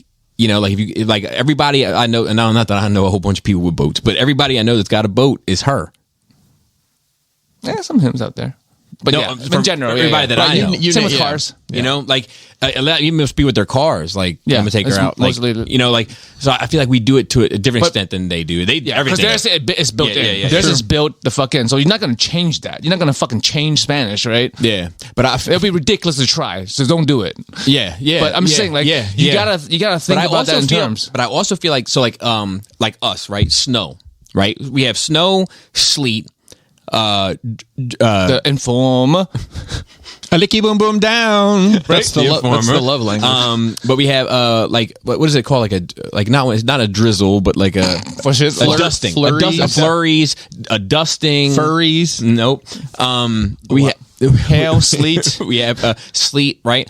And then we have like wet snow and dry snow, right? It's like another like commonly used phrase, but like.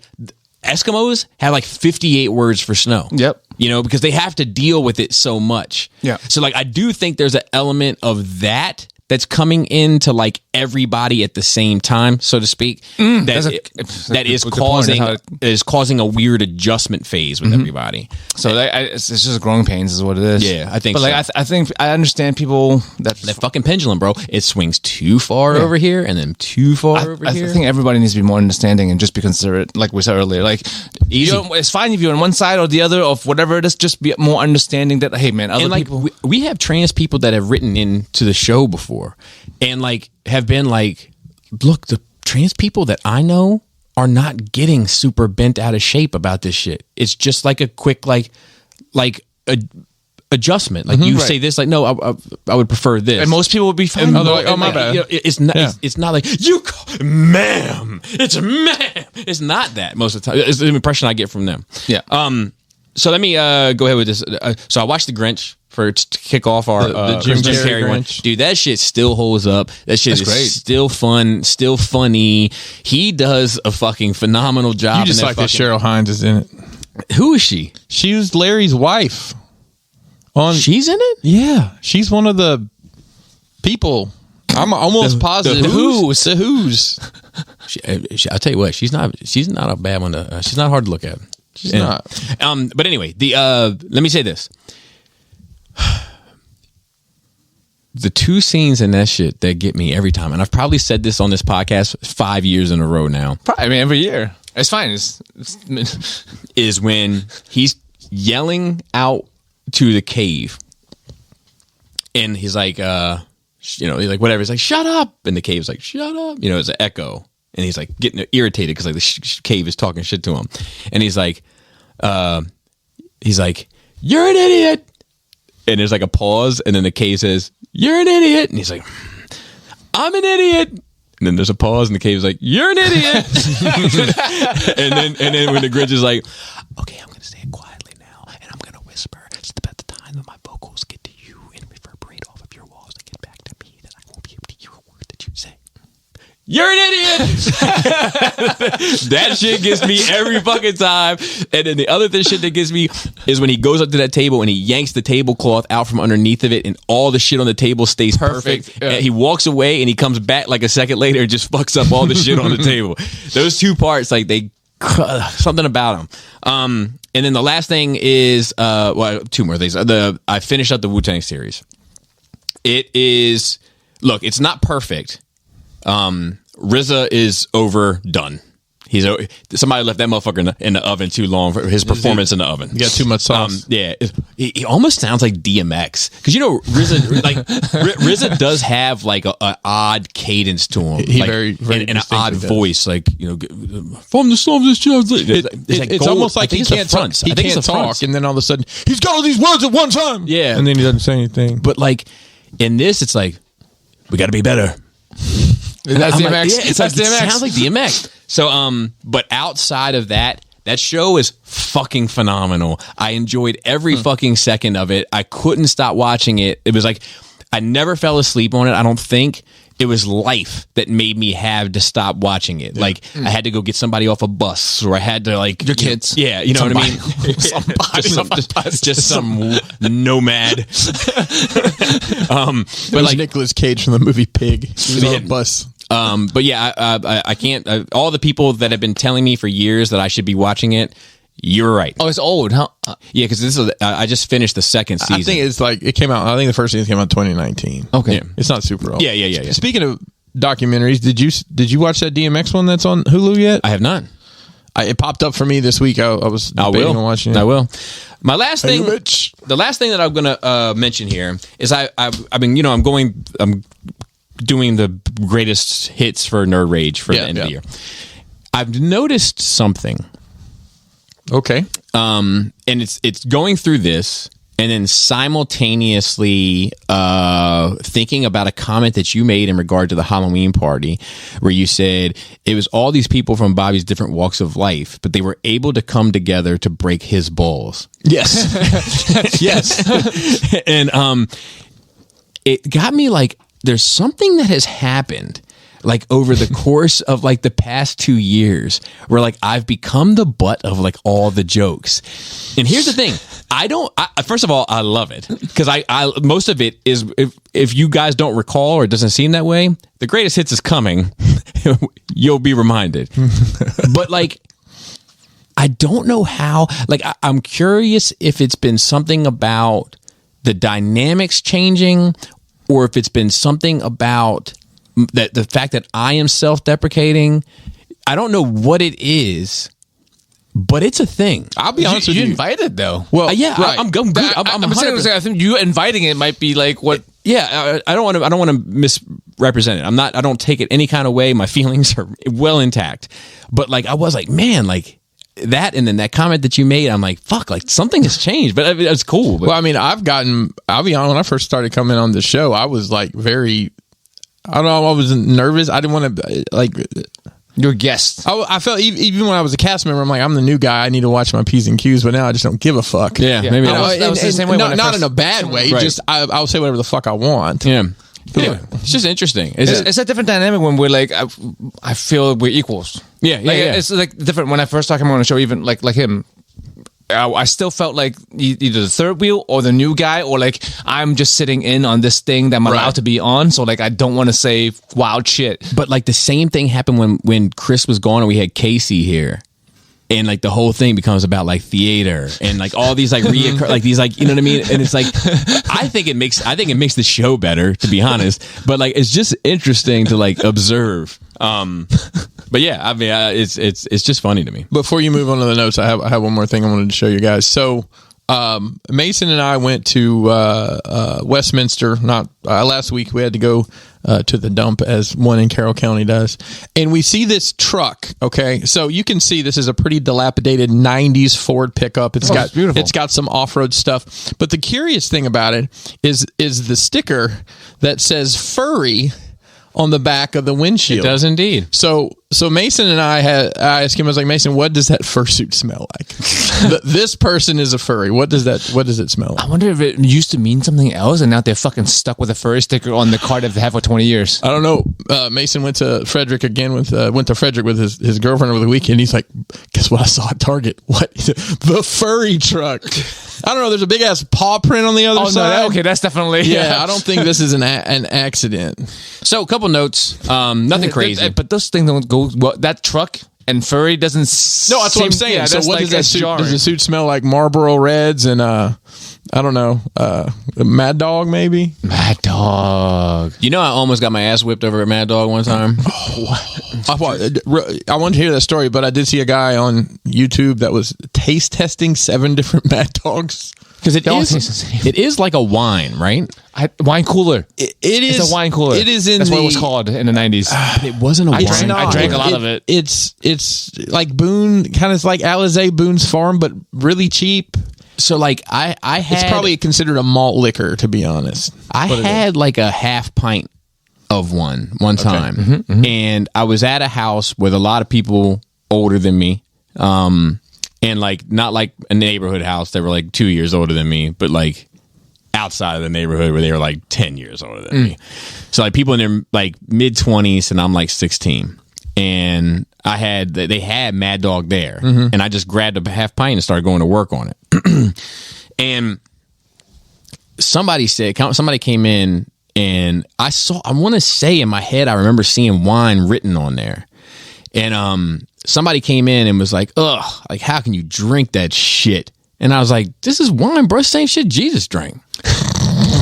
And these dudes were not playing around with Jesus. Oh shit! Oh shit! Wow. Yeah, and like Mario stepped in. Like people had to be like, no, he's okay. He's okay. He just talks crazy sometimes. Fucked up with Jesus juice, bro. Yeah.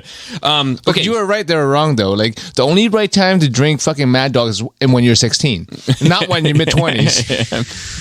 Man, I drank a lot of it in my teenage years. Probably one of the reasons I stopped drinking. Hypnotic. Yes, the blue that shit. shit? I drank a lot of that shit too. I didn't drink much of that. Same thing, same fucking category. I don't know what category of alcohol it is. It's the same fucking category. Sure. That was my Belvedere phase. Was the Hypnotic. Mr. Belvedere. Dude, that bottle. Something about that bottle. It just felt right.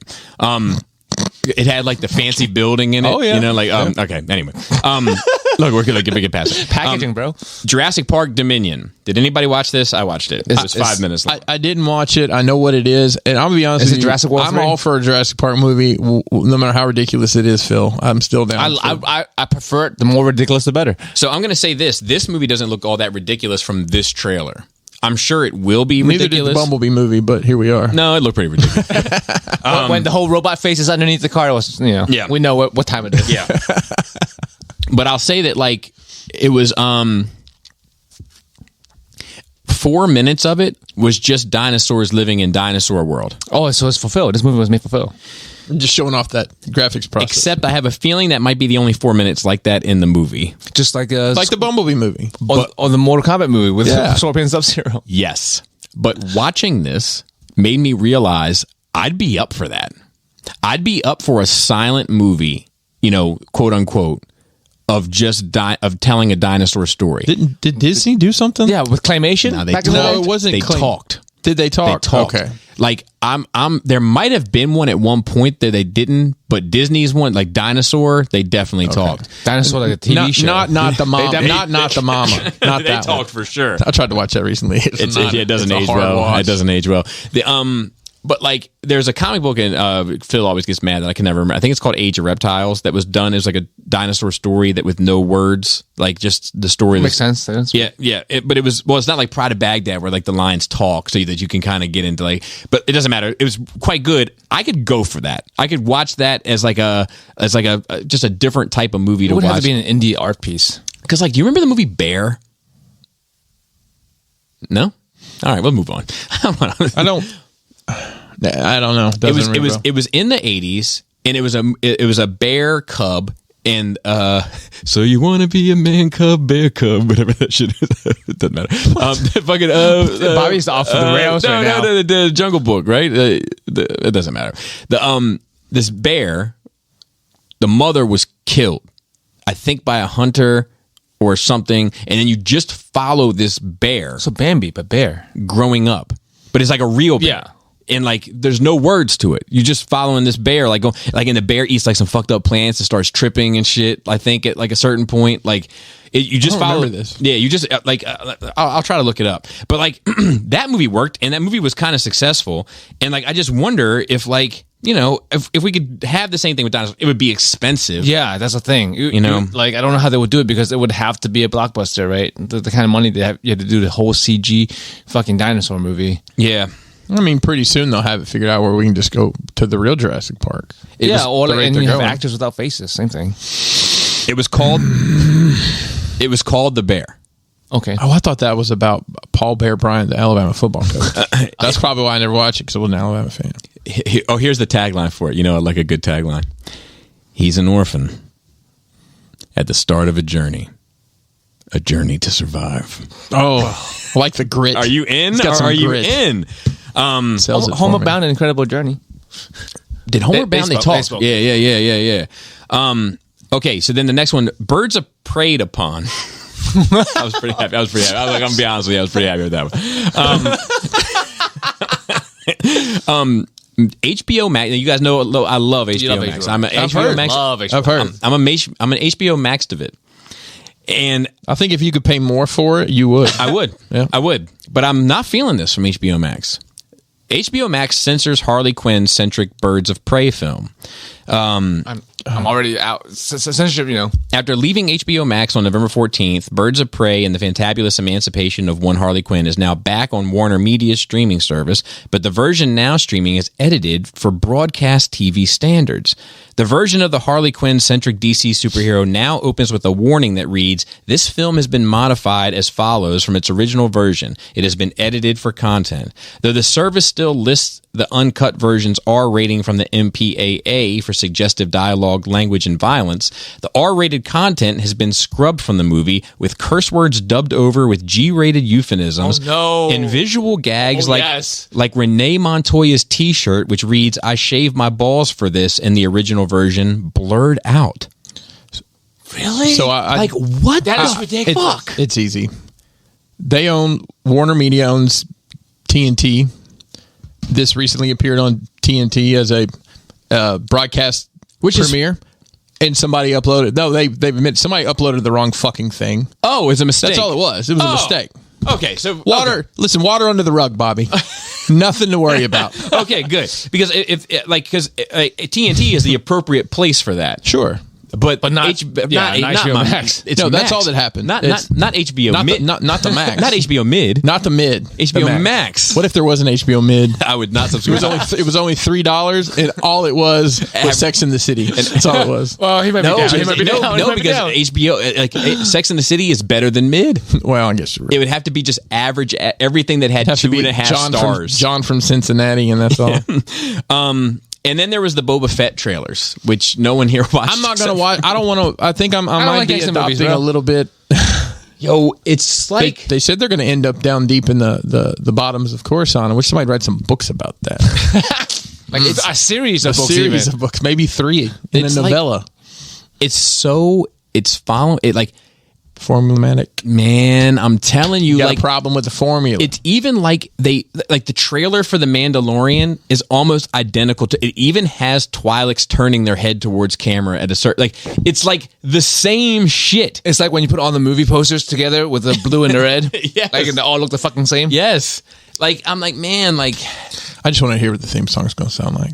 Yeah. It's going to be better. And does that start in December? Yeah, December 29th, I want to say. They crank that out. I'm going to watch it, don't get me wrong. But questionable on me. I fucking really don't like gangster shit. But like, do you really want to know about some gangster shit? Yeah, dude, that song is great. It is. I don't. Stop. So let me turn this bitch off right now because I don't. As it turns out, that'd be a hard no. Yeah, I'm going to pass. Thanks, guys. Thanks for the heads up. I want to know about some soft ass non-gangster shit. You ever think about accountants? I want to know about some volleyball shit. Yes. Trying to remember volleyball shit, bro. Let's see. And then there's that's it for notes. So then we just have a fuck ton of questions. Oh, jeez. Which, thank you, by the way. And they were all sent to nerdrageradiomail@gmail.com. Boom! Well, you stop advertising until we get through the questions. Yeah. Oh, it'll fucking pile up. So Matt H. wrote in, who we haven't heard from in a while and hasn't been on Zoom in a while. I've missed him. He said, "Hey, fellas, hope this message finds you all well and healthy. Also, a happy Thanksgiving to you and your families from me and mine. Same to you. After my most recent injury, I have been formulating some questions. Going back and watching cartoons that I grew up with, I have come to the realization that most of them are fucking not good overall. They aren't. I've been saying that for years. Yep.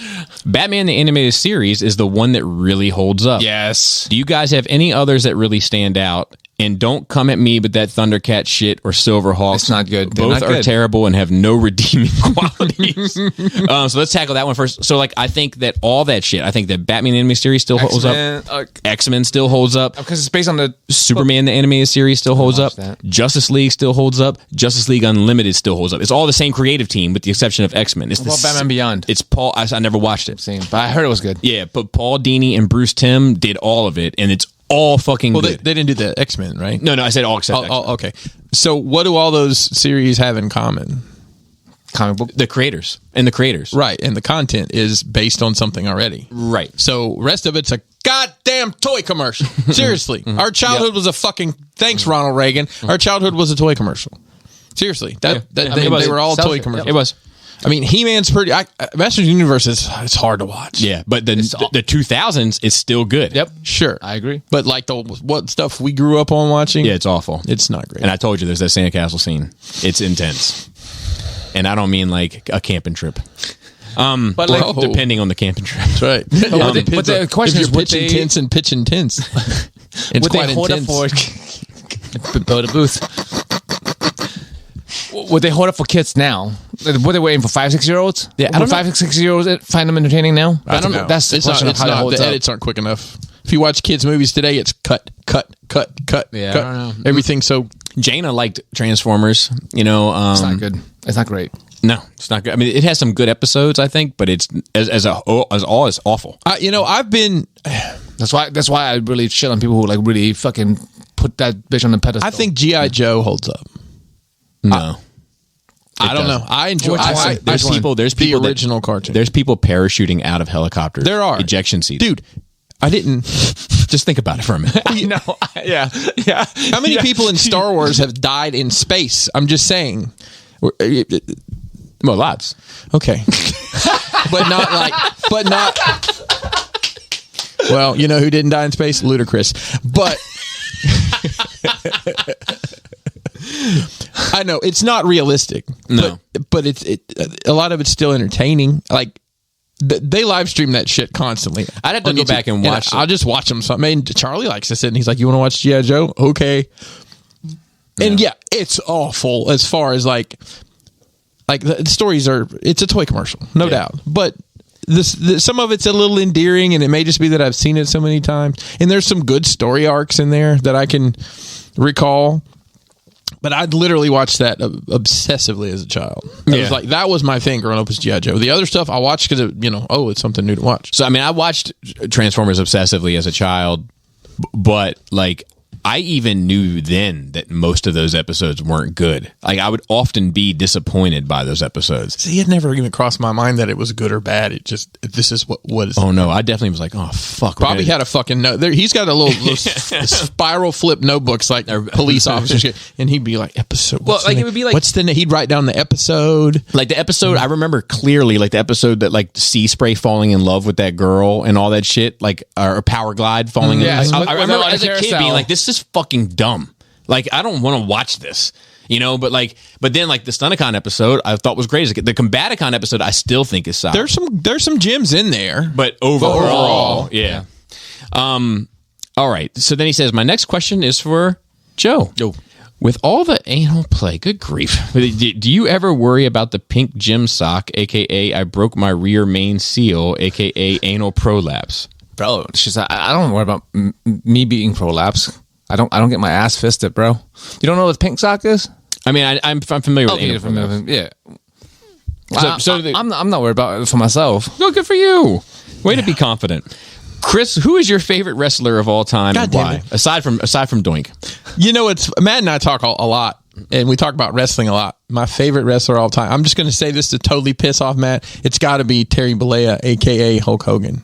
He's been such a stand-up guy over the years. He's not been in any scandals or anything. He's really, he's always gone along with whatever the program wanted to be. He's a role model for everyone that wants to be in the pro wrestling business. As long as you don't appear on film outside of the wrestling ring or ever say a word outside of the wrestling ring.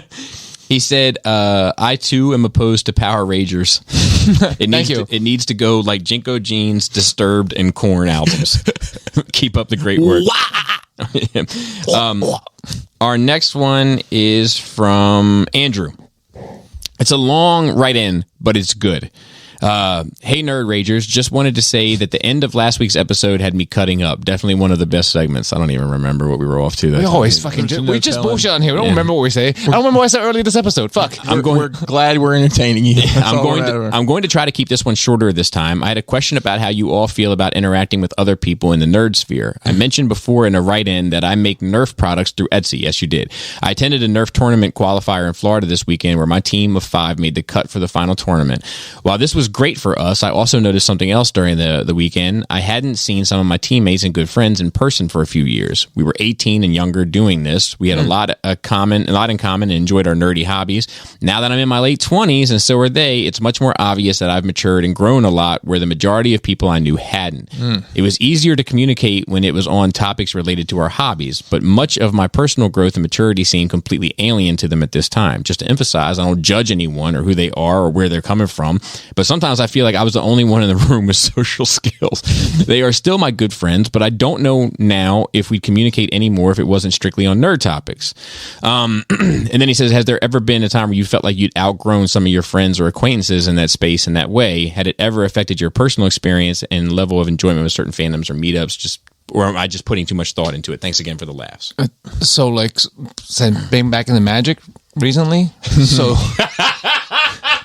Dude, actually, it's who has a seat at the spell table? Actually, it's Magic the Gathering. The gathering part is the problem.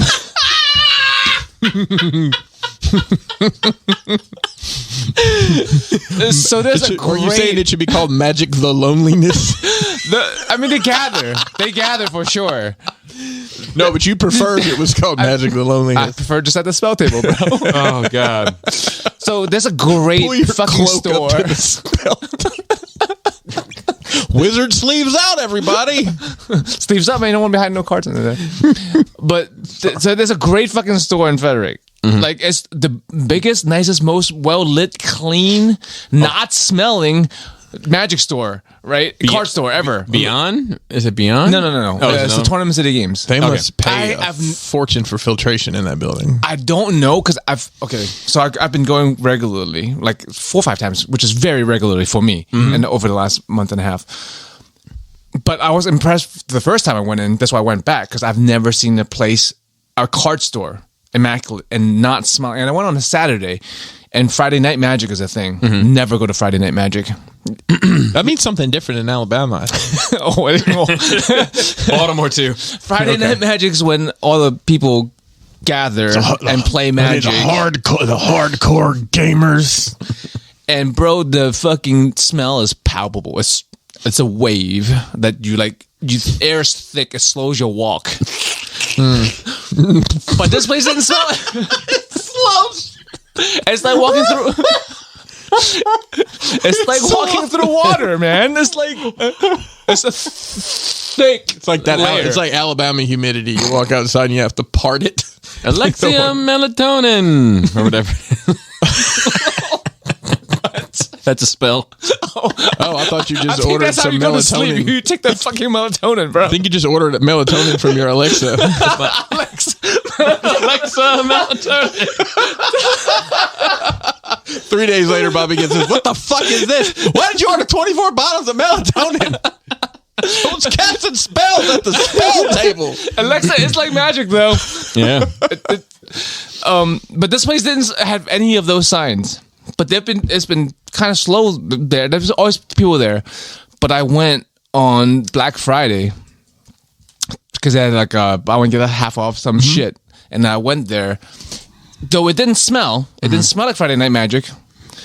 There were people there now. Friday Night Magic. Continue. And there were people there that I didn't see before. There's a lot of people there, and they are stereotypical people that I'm like, Right. oh, this is why I don't fucking go to those stores or talk to those people. I'm like, fuck. I'll say that. I think we talked about it a little bit, Bobby. There was the vibe was different at TFCon this year, and I think it may be some of this exact topics. And I'll say that I've often got hit up by people in this community that have just been like, thank you. Not for anything that you do for the community, but thank you for being the filter that I need in order to contact who's worth talking to in this community. So if I'm I'll have whoever, Jisk on this or whatever, you know what I mean? Eric B on that or whoever, people are like, oh, fuck, decent human beings that can hold, not to say the other people aren't decent human beings, but they can hold a conversation and you can social skills, right? Yeah. And it's like, cause I filter through the layers, right? Like the same people, if I were to open up my doors for instance, like I'm thinking about doing I'm going to do a Skull Fest this next year, but I'm also thinking about doing a separate Patreon party. The Patreon party, I don't know those people. So once again, it's a leap of faith, right? But I get a ton of support over there that like I want to give back. Yes, sure. Makes sense. Everyone would be welcome to the Patreon party, but they might not be a good fit for Skullfest. Do you know what I'm saying? Yeah. So like I choose, and I'm saying that just what if, right? Because I don't know. But like I choose shit like that wisely. So like I have the little bit of like privilege, nerd privilege, Joe, to like meet people at cons and shit, and have a lot of people reach out to me, and then kind of be able to put my finger on the temperature a little bit to see where their head is at, and like, okay, this guy seems on a level. Or I'll send them to the Realm, and then the Realm has a way of filtering it out too. You know, so I work for a filtration company, so it kind of all works out, doesn't it? To put it in perspective, like there was a at this con this year, there was a guy that like as soon as I touched base with him, I was like, oh, normal, completely seems like social norm. Yeah, it just seems like just down for good times. And I immediately pulled Chris up like, man, touch base with this dude because we don't want to let him go because he seems like somebody that would bring something to, like, you know what I mean? Be the spell table. Yeah, to the spell table.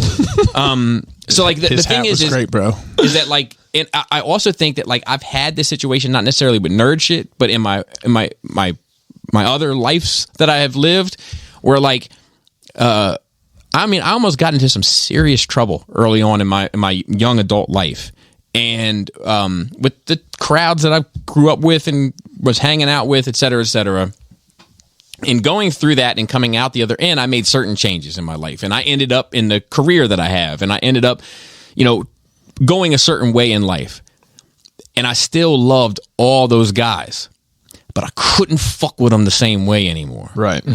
Because maybe in 2002, I would, where are you going to be? I'll come by and pick you up and we'll go down such and such. But in 2017 or 2007, I would be like, hey, where are you? I'll come pick you up. And then I park and I get out and I'm like, all right, well, if you wouldn't mind, I'm just going to pat you down real quick and then we're going to get in the car and we'll go, you know what I mean? Like, right. You know, like, because my life had taken a new turn and I had more responsibilities. I had more to lose. Yeah. You know, and when you go from having nothing to lose to having a lot to lose, you gotta play your hand differently. And that's just one element of this shit. I mean, I look at the shit I went through with fucking Adam. Yeah, you know, like shit, dynamics of human beings and their interpersonal connectivity changes over time. It's normal, and sometimes it changes for the best, and sometimes it changes for the worst, and sometimes it changes the way it needs to change. But there's people that have been in my life back in the day that I've been like, man, like I fuck with this guy, but I got to keep him at arm's distance because he's even for me at the time I was like, he's a fucking bomb waiting to go off. But now, married, settled down, kids, I'm like, man, come out and fucking hang out now. You fuck with Battleship because we fuck with Battleship over here. You know, like you know what I mean? Like it's like it could just different phase of life. Correct. I mean, yeah. It's also like ever like being in a nerdum. Sometimes when you start having conversation with someone, I don't get embarrassed easy, but sometimes I get like secondhand embarrassment. I'm like, I wouldn't want you to hang out with some of my regular friends because I would be secondhand embarrassed for like, you know, like the stereotypical nerd shit. Because some people are not there with their social skill, whether it be just because we have this shit in common and we can the same and we can enjoy this in common, even together, we can have a cup of coffee and enjoy this in common. It doesn't mean we're going to enjoy just kicking it. Exactly. We, you know, because we think different, we talk differently. I want to kick it way different than you want to kick it. Just the fact that you showed up here with your shirt tucked in, I already know what time it is with you. Do you know what I mean? And it doesn't make you bad people. Most shit on MP Collector like that. Oh shit! Hey, MP Collector had on a T-shirt. He did at TFCon. Was it tucked in? He was cutting loose. Oh. I don't see him enough. I don't see. It's like there's a lot of people that I feel that too. Like I don't fucking like MP Collector does not live far away, and I don't see him enough. I like him. Speaking of people I haven't seen enough. All right, so I like to get people together for my birthday. It makes me feel good. Makes me feel like it's like I think how people like to be around family. To me, it makes me feel the same way. And like, so I'm hosting a little birthday party for myself. And I'm in my mind, I would probably do like a little video stuff. We'll do a pod, maybe get some drinks going, some food or whatever. And so my wife was like a couple weeks back. She was like, "Well, I'm talking about like last month." She was like, "What would you want for a dessert for your birthday?" And I was like, "Well, so I had this type of dessert recently called sand. Have you ever heard of it? So have you heard of dirt? Yeah. It's like that, but the vanilla version. It's called sand. It sounds right. I never ate dirt as a child. So like, I heard it gets everywhere. yeah. So anyway, just wait for it. Okay. If you wait for it at 7 p.m. on that day, because it's going to be here. Then we start talking about like, what would you like to do? And I was like, I'd like to get some people together. And actually I sat there with like the names of people, and I was like, you know what? I was like, really? I just would like it to be like the Nerd Rage team. And then people that sit on the out, like, you know, like Chucky O came in for an episode this year. So have Chucky O in and have, like, you know what I mean? Just Nerd Rage, just a Nerd Rage party. And she's like, oh, you want to have a little pod pizza sand party.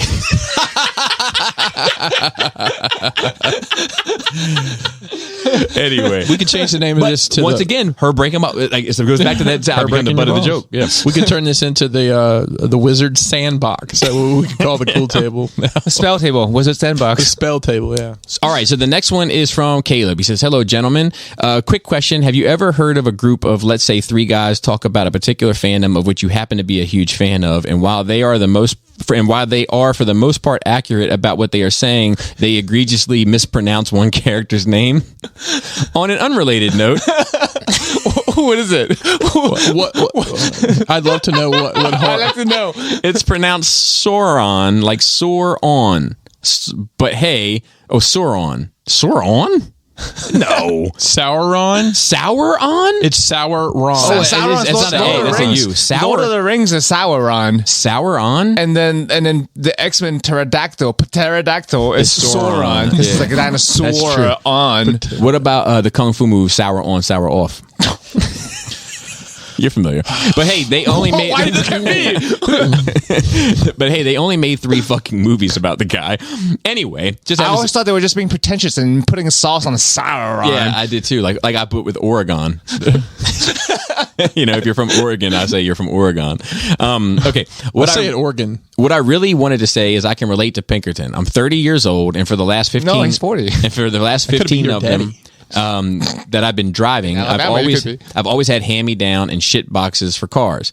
I'm talking 100,000 miles minimum, cassette player, manual locks and windows. You know, all that fancy shit. Well, about a year ago, I decided it was time that I own an actual nice car with some newer technology. So I bought a 2020 Kia Soul-On. Is that the one that comes with the hamsters? I absolutely love it. It's a great car. Exactly 14 days after driving it off the lot, I hit a deer on my way home from work. Fuck the front end all up. $9,000 worth of damage that luckily the insurance covered. It's also worth noting I had never even come close to hitting a deer at any point in my life until then. So yeah, I empathize. Hope yours gets fixed faster than mine. Yeah. Mine was in the shop for about 2 months, just waiting on one small part. Oh, it's waiting for the parts. Anyways, gentlemen, hope you all had a great Thanksgiving. Take care and be safe. We wish the same for you. Same for you. Thanks. Maybe deer like the new car smell. I don't know. Maybe they can smell it. I can't even count how many deer my family has hit over the years. KFC wrote in. Flex on them. It's thick down there in the south. What's up, Power Rangers? Hope everyone had a great Thanksgiving. KFC? I can't. Do you thank him for the groove? Yeah, that's how Bobby got. Thank you for the groove. Is that a song? Yeah. Don't. What was the song we were listening to? Don't disturb the groove. And I thought it was. I don't deserve this food. Yes. Don't deserve this food. You went a cappella off cup on something that was great. I don't remember what it was. I can't remember now from last week what made me think of it, but was going to tell Pinkerton to show you guys the Hard Times promo by Dusty Rhodes, BUY. So I think I think he meant BY, and I emphasized it wrong. Let me say it again. Was going to tell Pinkerton to show you guys the Hard Times promo by Dusty Rhodes. Mm-hmm. Okay. Anyways, 2 questions. First, top 3 things you don't want to eat at Thanksgiving. And out of mowing the lawn. Oh, okay, so we'll do that first. Top 3 things you don't want to eat. So I'll tell you. You're easy. Yeah, I'm easy. Mashed potatoes. I can't stand them. It's like mush. It's crazy. Mush food. I know. And like they look. It's literally in the name. Yeah, I don't like it. Get it out of here. Fair enough. And then stuffing because it's filled with onions. And let's see if I had to pick a third one. I can't even pick one, bro. Probably anything that's like a casserole. Bro, we had so many casseroles. Everything that was on the table was a casserole. Yeah. Dude, I ate the fuck out of it. Sweet potatoes, corn. Well, usually the casserole that I don't like is like a stream bean casserole. Green bean casserole? Green bean That shit casserole. is good I love too, that man. shit. I can't answer that question because I like all of it. I know the one food didn't touch a salad, I don't though. want to have at Thanksgiving is ketchup. This motherfucker put ketchup on turkey. Of course he does. God, Where I just put gravy on it. I get my whole why pile didn't you of just food, get? and I You just should ladle have just gravy gotten on a everything. pack of fucking ham or turkey from the store. I like to refer to it as Orlando marinara. Oh yeah! Oh yes! Oh yeah! Oh, did you heat it up though? Yeah, I'm gonna eat it all. I'm just not. Yeah, I can't pick one. Sorry. We had a smorgasbord of Oh my food, God. and there was not one other than the salad. Not that it wasn't good, but I'm like, I'm not fucking eating salad on Thanksgiving. The only thing I didn't eat any of was the asparagus, just because. And I like asparagus, but I'm like, in my head, it's like that's not a Thanksgiving. I'm like, that's not something I want for Thanksgiving. I love asparagus on any other day. I ate But it. it's not a treat. But So I if want to I- eat but if I everything can else eat- is a treat. But I if I think could eat a she- casserole, I think she made it for Okay, me so okay. that I would have a vegetable to eat. I ate. I'm gonna be honest. how's this woman raise 4 kids? Special by little guy. herself? Special little Special guy. little guy. Please tell me she says that too. I made some. My special little tickle bug. Yeah. I made some asparagus from a special little tickle bug. Oh man. Okay, and then he says, out of the mowing the lawn, shoveling snow, or raking leaves, what's your least favorite order on those? You can't cheat and mow the leaves or rake, or just to rake them and put them in a bag. Or, You can apparently just blow them off your so fucking the yard. 3 things. So for one, for me, it depends on quantity. That like if we're talking about a large quantity of all of it, Let's say it's my yard. Which one would you rather do? oh my god, and you got to Mowing's the shovel. You got to worst. shovel your driveway. So shoveling would be number 1.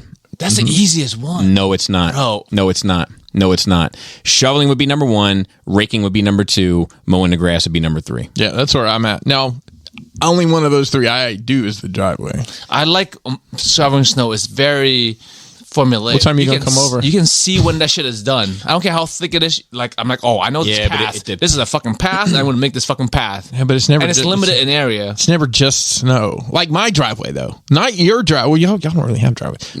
I used to. Hey yo, Flex! bro. Yo, man. You literally have enough fucking driveways for the 3 of us. I do. We can all share. Y'all all come over and dig out. get a just third of it. Get a third of this. Yo, hey, I want to buy. I need 4 people underneath me that want to own some asphalt in Mount Airy. I got a pyramid scheme going about my driveway. I'll tell you the down- It's on hard fucking floor. Floor? Yeah, It's asphalt. What is the asphalt? Whatever the fuck that driveway is made out of. Floor is Hong I Kong will for tell asphalt. you. I will tell you a bad thing about having a long asphalt driveway is motherfuckers always coming up to your house. Hey, you guys need to get resurfaced, or you need a sealant. Looks like you've had this for a dude. No, give me your let it business crack. card and go the fuck home. I would have a snowblower if I was you. Yeah, It's blowing everyone else's lawn. It's fine. No, because it's a big ass lawn. yeah. But like mowing the grass is like.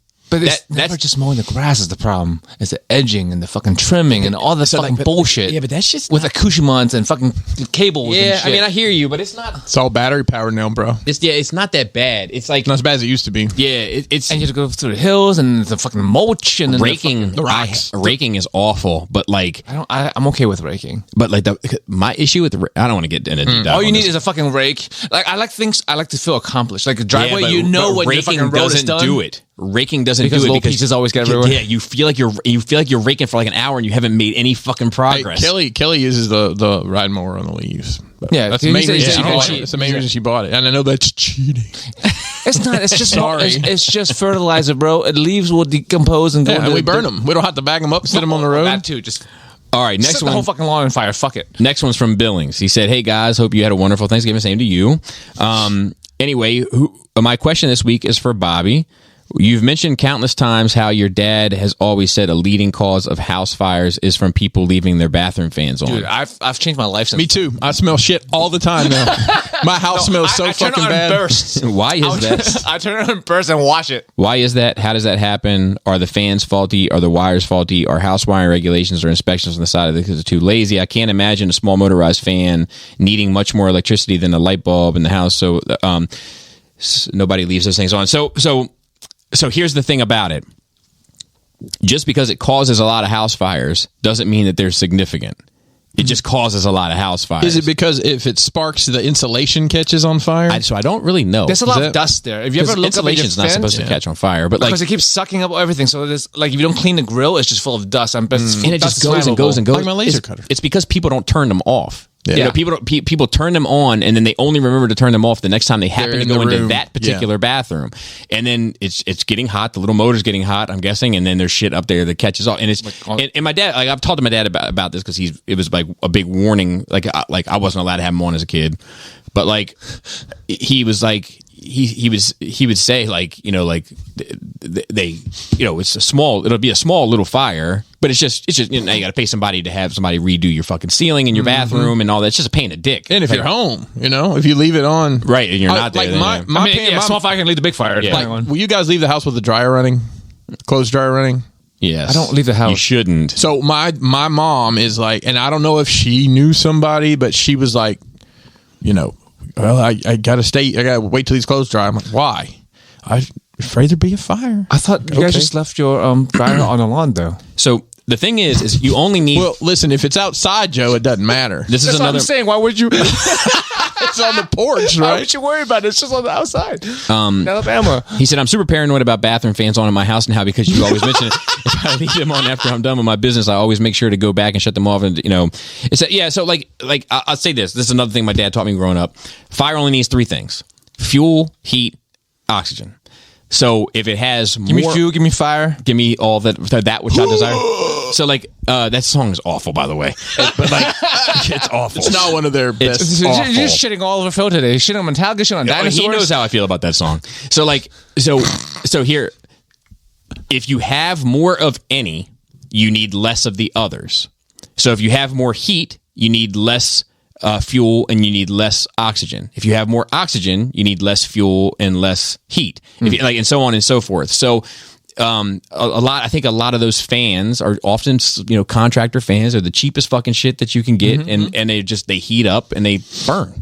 You know, like is what ends up happening. And that's just my guess. I don't know. And because now I will turn it on even before I just turn it on for the shower because it gets steamy in there. So now, like, which is good. I only turn the shower. I turn the fan on after I shower while I'm drying up and getting ready and all that shit, and with the door open, so like all the steam goes out, and then I turn it off. But I also like coming out to a hot, steamy bathroom. I know it's wrong. I know it's the wrong choice, mildew and all that. I get it.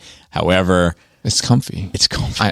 Yeah. That's a good side effect I've gotten from it. I do get to come out to a steamy room, and then I turn the fan. Nice warmed towel from your towel warmer, bougie motherfuckers. That you never used though. No, I do. You do? Okay. Yeah. I thought you hang the towel on the door as one of your complaints. That's not me. I know it's not you. And then she'll use mine. And then I got a damp warm towel. Oh, gosh. Dude, that is a little pet peeve when like people, it's only one other person that fucking lives with me. When people put the towel in the rack, they don't spread that bitch out so it dries properly because the surface area when you just scrunched up in there and it's just fucking moist. What about when they leave the wet towel on the bed? Yeah, I'm talking. I don't get Kelly. That's crazy. That's crazy. That's a sociopath right there. Kelly. Why would you put wet shit on the bed, bro? Come on. Because she doesn't think about it. So, Garinger wrote in and said, not much of a question, more of a vent. I know there has been a lot of talk about people being disappointed with the Rancor project and backing out of it. I only backed one project, and that was the Hero Quest, and maybe I was wrong in thinking it was only going to be available to the backers, which is why I did, but to find out it's getting a standard release now makes me question if I'll ever back a project again. To pay in advance over a year ago, only to find it available on most online sites, including Hasbro, just really pisses me off. Am I wrong to be pissed? How would you guys? No, I think you're absolutely right. I think they can't like that. You lose the trust. You do. Trust is mandatory for crowdfunding. It is. You need it. And if you don't have it, the whole thing is worthless. There's a guy named Bobby Valla who was a designer at Hasbro for years that started. It was before the classified G.I. Joe line got announced, he bought the trademark for Action Force. Is what G.I. Joe got called. And he actually bought the Steel Brigade trademark, which was like the mail off. Anyways, he did a Kickstarter for these figures. This was before the G.I. Joe stuff was popping off. I went in. I think I ordered one figure, and then he did a Sergeant Slaughter. He got the rights with Sergeant Slaughter to do a G.I. Joe size figure. So I ordered the Kickstarter figure, and I don't know if you guys have backed a Kickstarter lately, but it seems to get more and more confusing every time. They want you to go to CrowdOx and do this and do that, and then they keep selling the shit after the fucking Kickstarter's over. I'm like, it's so confusing. I have no faith in doing it. You just wait till. So the only thing is, like, it's cool for people because, like, I've been late on boats, not the one that came here.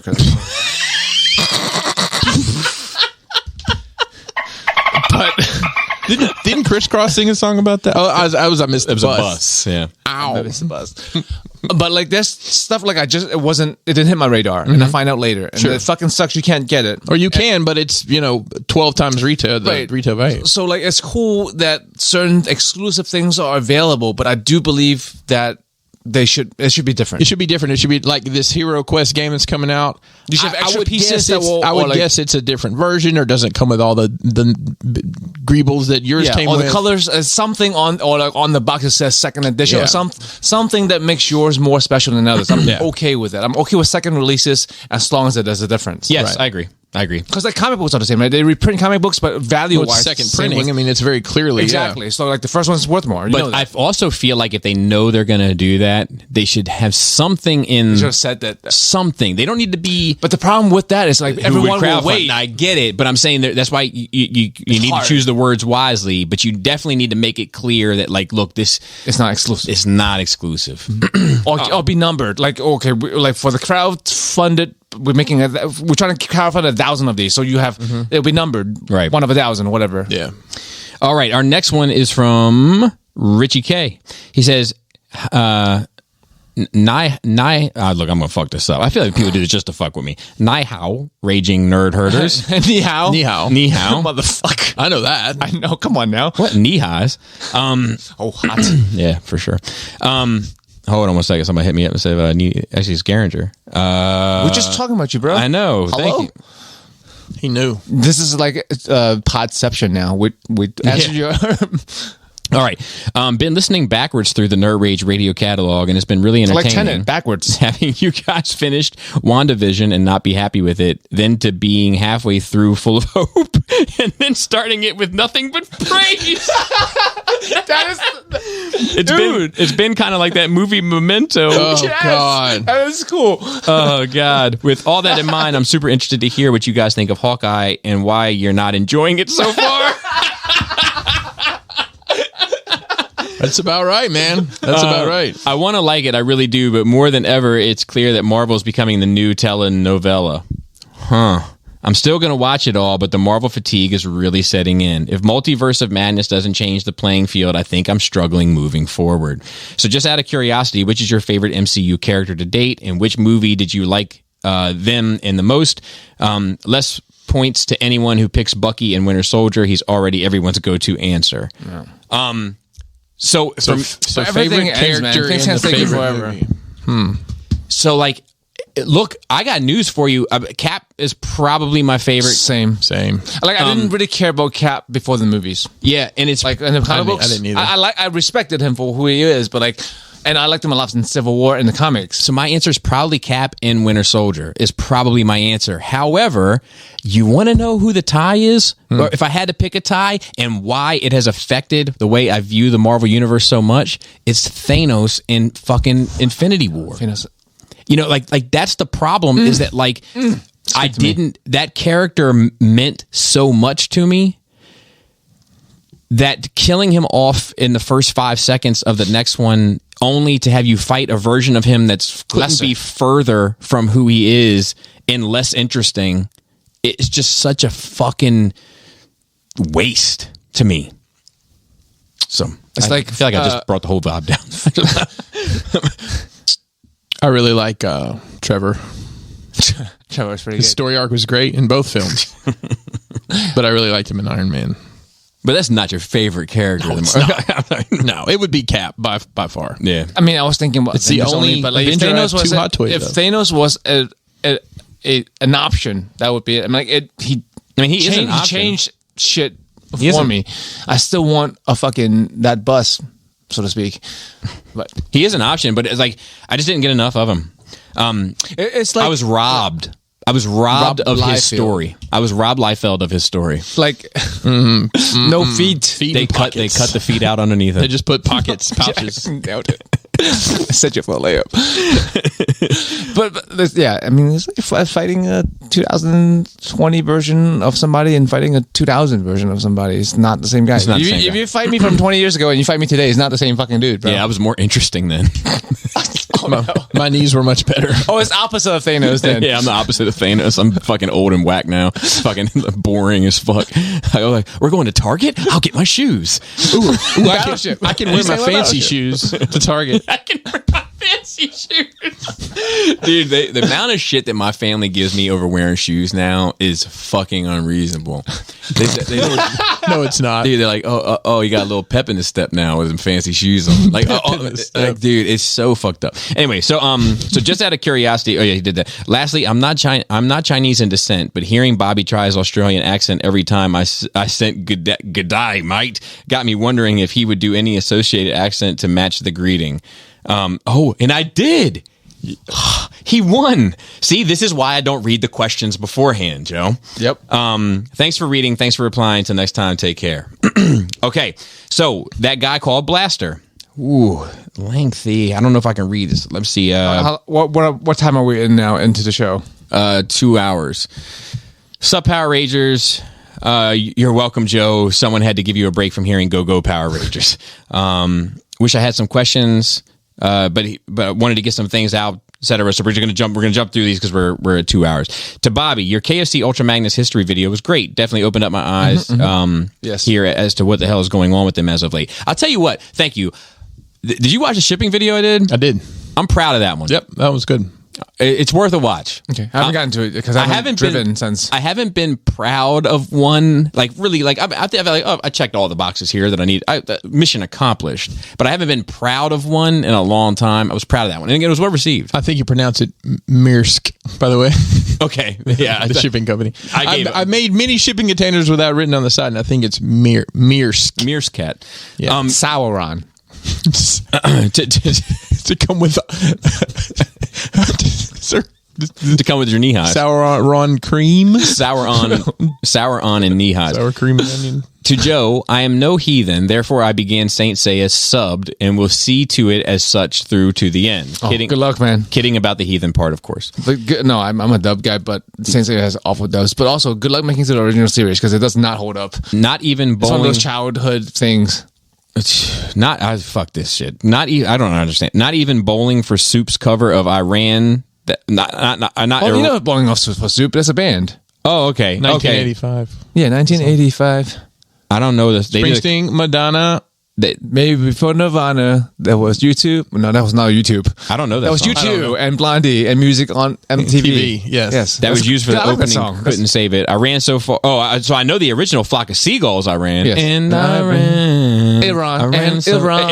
And Iran. Iran. Nuclear testing. And Iran. Petroleum nesting. I think that's a cover. I think that's a cover, bro. Body proof. All right. We gotta make an album. We gotta make too many songs now. We gotta make some cuts for the first album. That's right. He says, now to cap this all off, this is probably not my place nor my position to do so, but since Bobby mentioned cycling out of the soundboard as an idea for later on down the line, I wanted to break out my little sound library. Not that comprise it all from Nerd Rage, others from Wide Out throughout. Okay, so he's got a bunch of little sound effects on here. Oh. Maybe I can. All right, so let's see. He says, take them, react to them, fuck them, I don't care. So here we go. Here's one.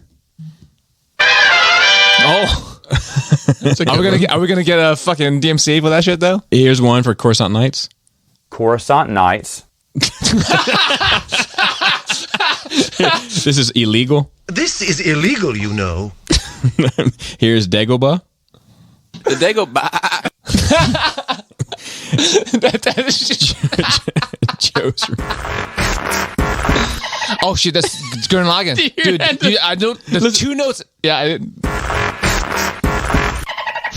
Is that Yes. does that sum you up in one? Dude. That's your yeah. Yeah, he's wearing a Grand Lagann shirt right now. Dude, 99% of the time, bro. No. Is that Luke? Yeah. That was Luke. Yeah. I thought it was a Wilhelm for a second, but it's no. Yeah, the classic. The beep. Baby, welcome to the party. There we go. The riff. Good transition, bro. There's Yao Ming.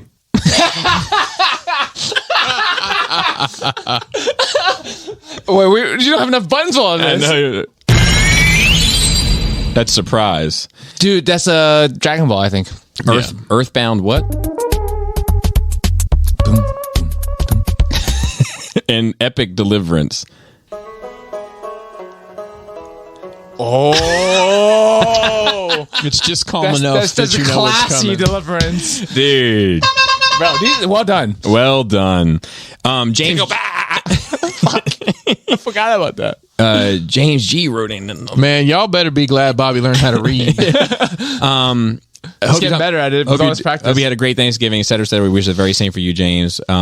Swapped over to Christmas movie mode, Home Alone 1 and 2. I have a problem with Lost in New York. Kevin had no exit strategy. I'm sure all that shit is funny. Let me see. Kevin had, I'll just read it. He thought he was just going to hang out at the Plaza Hotel till mommy came and got him. It's not like he called or hit dad's pager up or tried to book a flight back to Chicago. Nope. He just hung out and blew through dad's money till Tim Curry caught him and Harry and Marv tore his ticket up. So I go on this rant to ask this. What movies have you enjoyed, maybe seen 1,000 times and all of a sudden call bullshit on, whether it be a plot, character, acting, or whatever?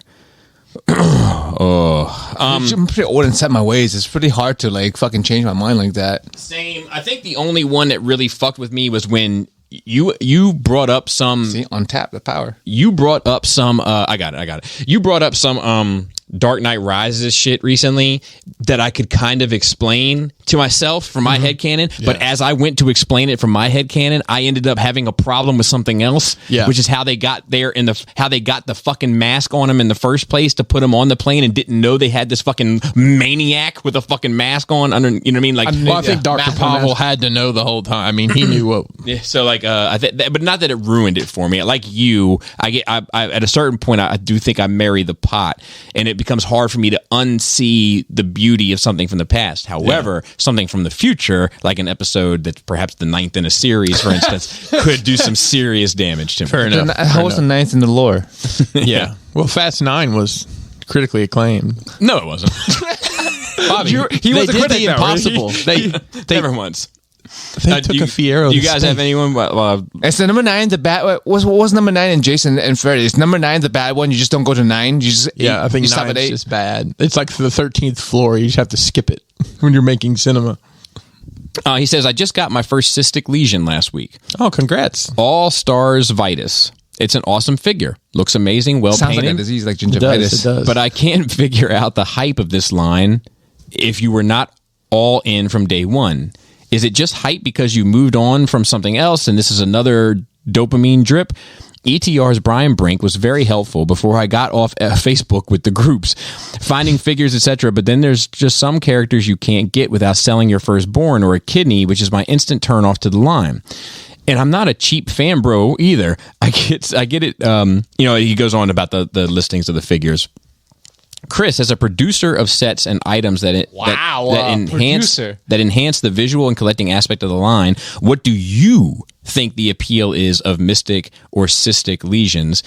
And really seems like the Four Horsemen have a very loyal following. So who's buying these figures? Is it toy photographers, people who didn't want the previous 4-H project, the MOTU Origins line to end, or something else entirely that caused this massively expanding community? So part of it is the customization community. I'll tell you, we went to Legion's The Con. modular. Yeah, everything, they made them all modular. And like we went to Legion's Con and short of them selling the figures themselves there and us selling dioramas, the majority of the people there were either selling customs they had created or selling additional parts. There's a huge community of 3D printers and sculptors and designers that have taken on the projects here to create new characters, and they're making their own lore, Bobby. They're telling their own stories.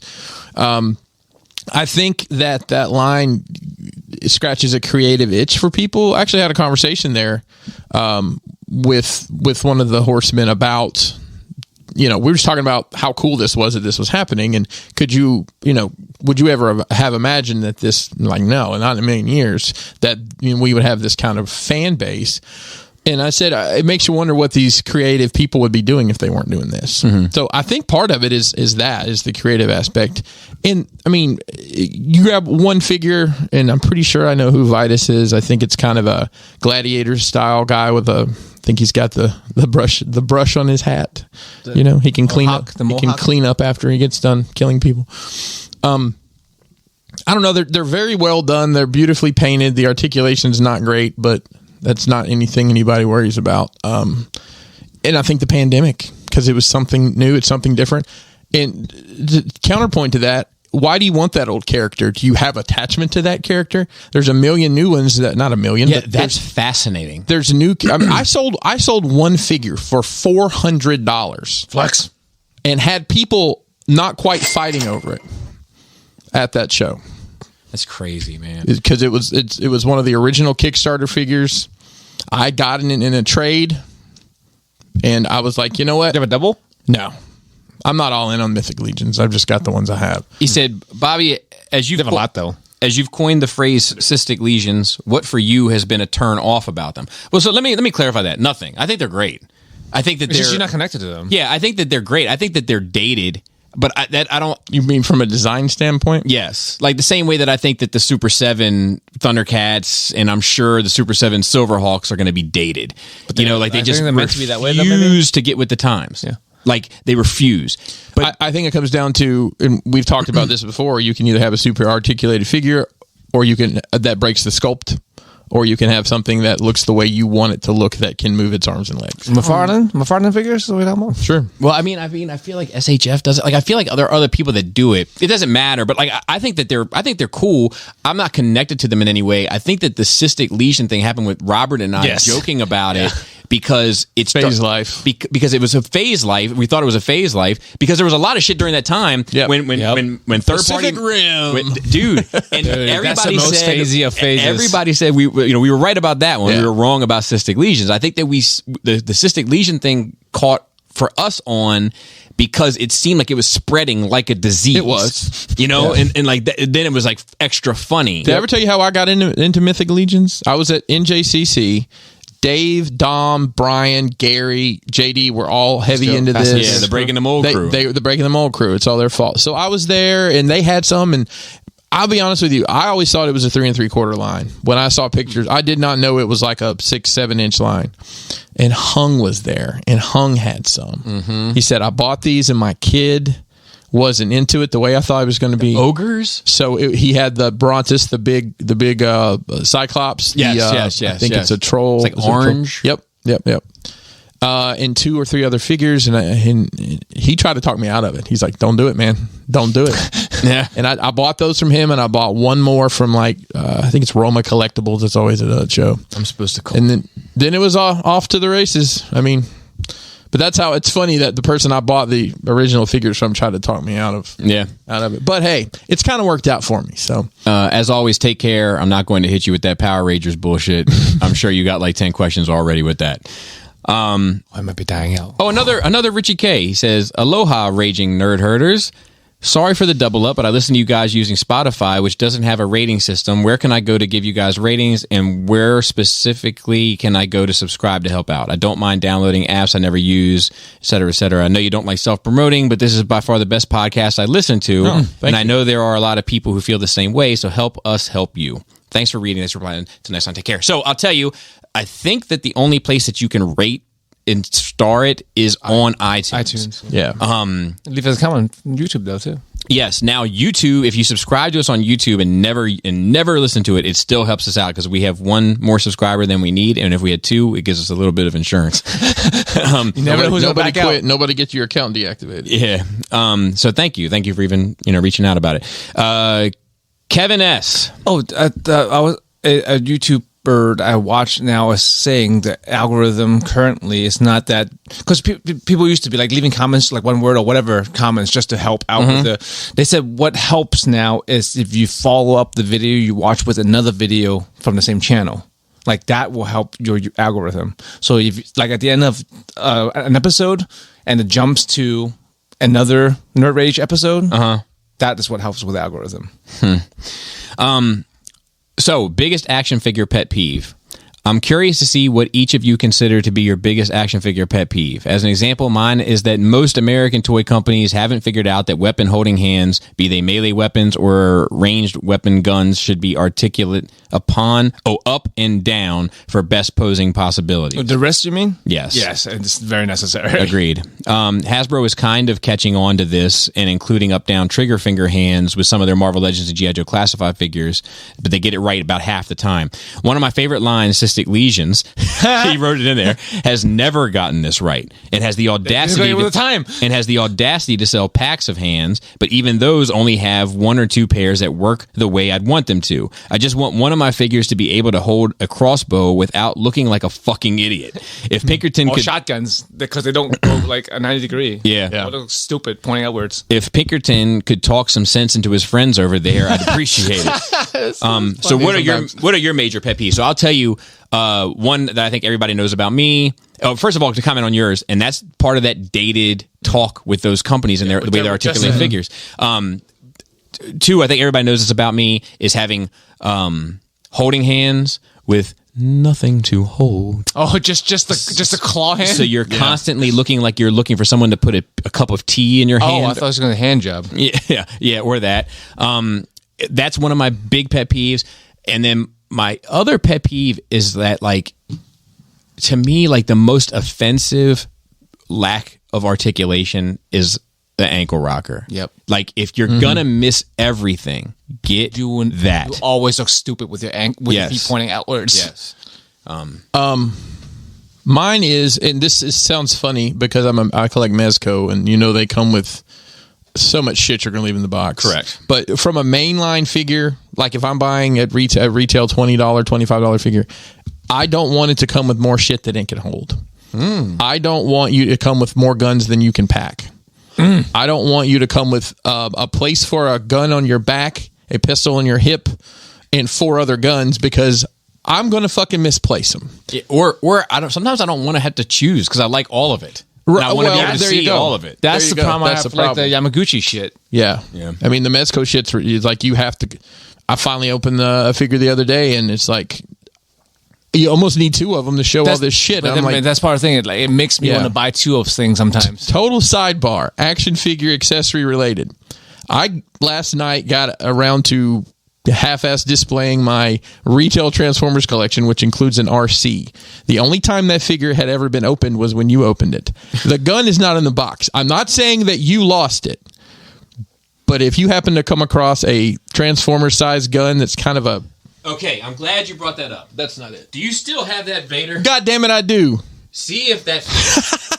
Bobby just found me a lightsaber. Maybe. These motherfuckers just have like drawers full of bits. There's a strong chance it's somewhere in my house, but if you happen to see I'll keep an eye out for sure. Gun, I'm usually pretty good about that. Well, those boxes are shitty and they could have fallen out, but I'm not sore about it or anything. Don't think I am. I will say, because our hands are so stupid anyways. Just in the, we always talk about, Transformers being so difficult to display in any sort of meaningful way. I can't shout this. Well, I will. If you look, his name is, I like this guy. I've met him in person. Nice guy, good guy. I hate his fucking IG name. I fucking hate it. I like, and maybe I'm wrong for hating it. I just don't like it. My preference. It's Cockwave. That's a lot. That's a lot. It's just too much for me, so to speak. I like it. Anyway, he recently has posted pictures of his collection. He should submit. what he has done is like focused shelves for just the 86 characters. Like he has like a Rodimus shelf, a Magnus shelf, a Cup shelf, a RC shelf, and they look fucking great. Like he's got multiple figures on each one. Almost every one that you can think of. And like he's got them all posed, all owning the space. They look fantastic. And what's funny is I suggested this to Sam's Formers. Because he played around with this in a detail for like a bunch of different primes or something. Yep. And I was like, you should go, there's something here. You should go all the way with it. Well, this guy on IG did, and it looks fantastic. If anyone gets a chance to check it out. If you do, write in the comments, say Bobby sent me, because it's substantial. All right. Before you go to the next question, is substantial. When Joe and I had our Brofest that you couldn't make it to, unfortunately. It wasn't invited to, yes. I mean, if we're going to split hairs, Joe wasn't invited either. See, it's not hard to invite yourself to a place, Bobby. You just tell the person, like, when are you free? I'm coming over. I've had to do it in case of emergencies. I signed up for an account on this website called Chartable. Yes.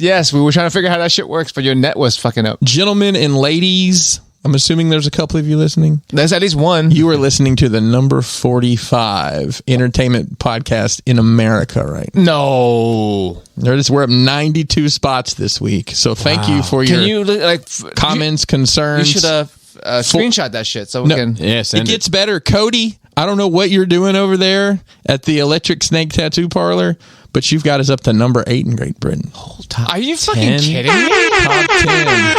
I mean, we've been since we've been looking at this, we've been climbing the charts, right? Like, it's all tongue in cheek enough, but it's weird. Guys, it doesn't feel like Finland loves us. Dude. Are you sure there's not a different Nerd Rage Radio that we're not a part of? We're number 15 in Finland. Now, granted, there's only 16 podcasts in Finland.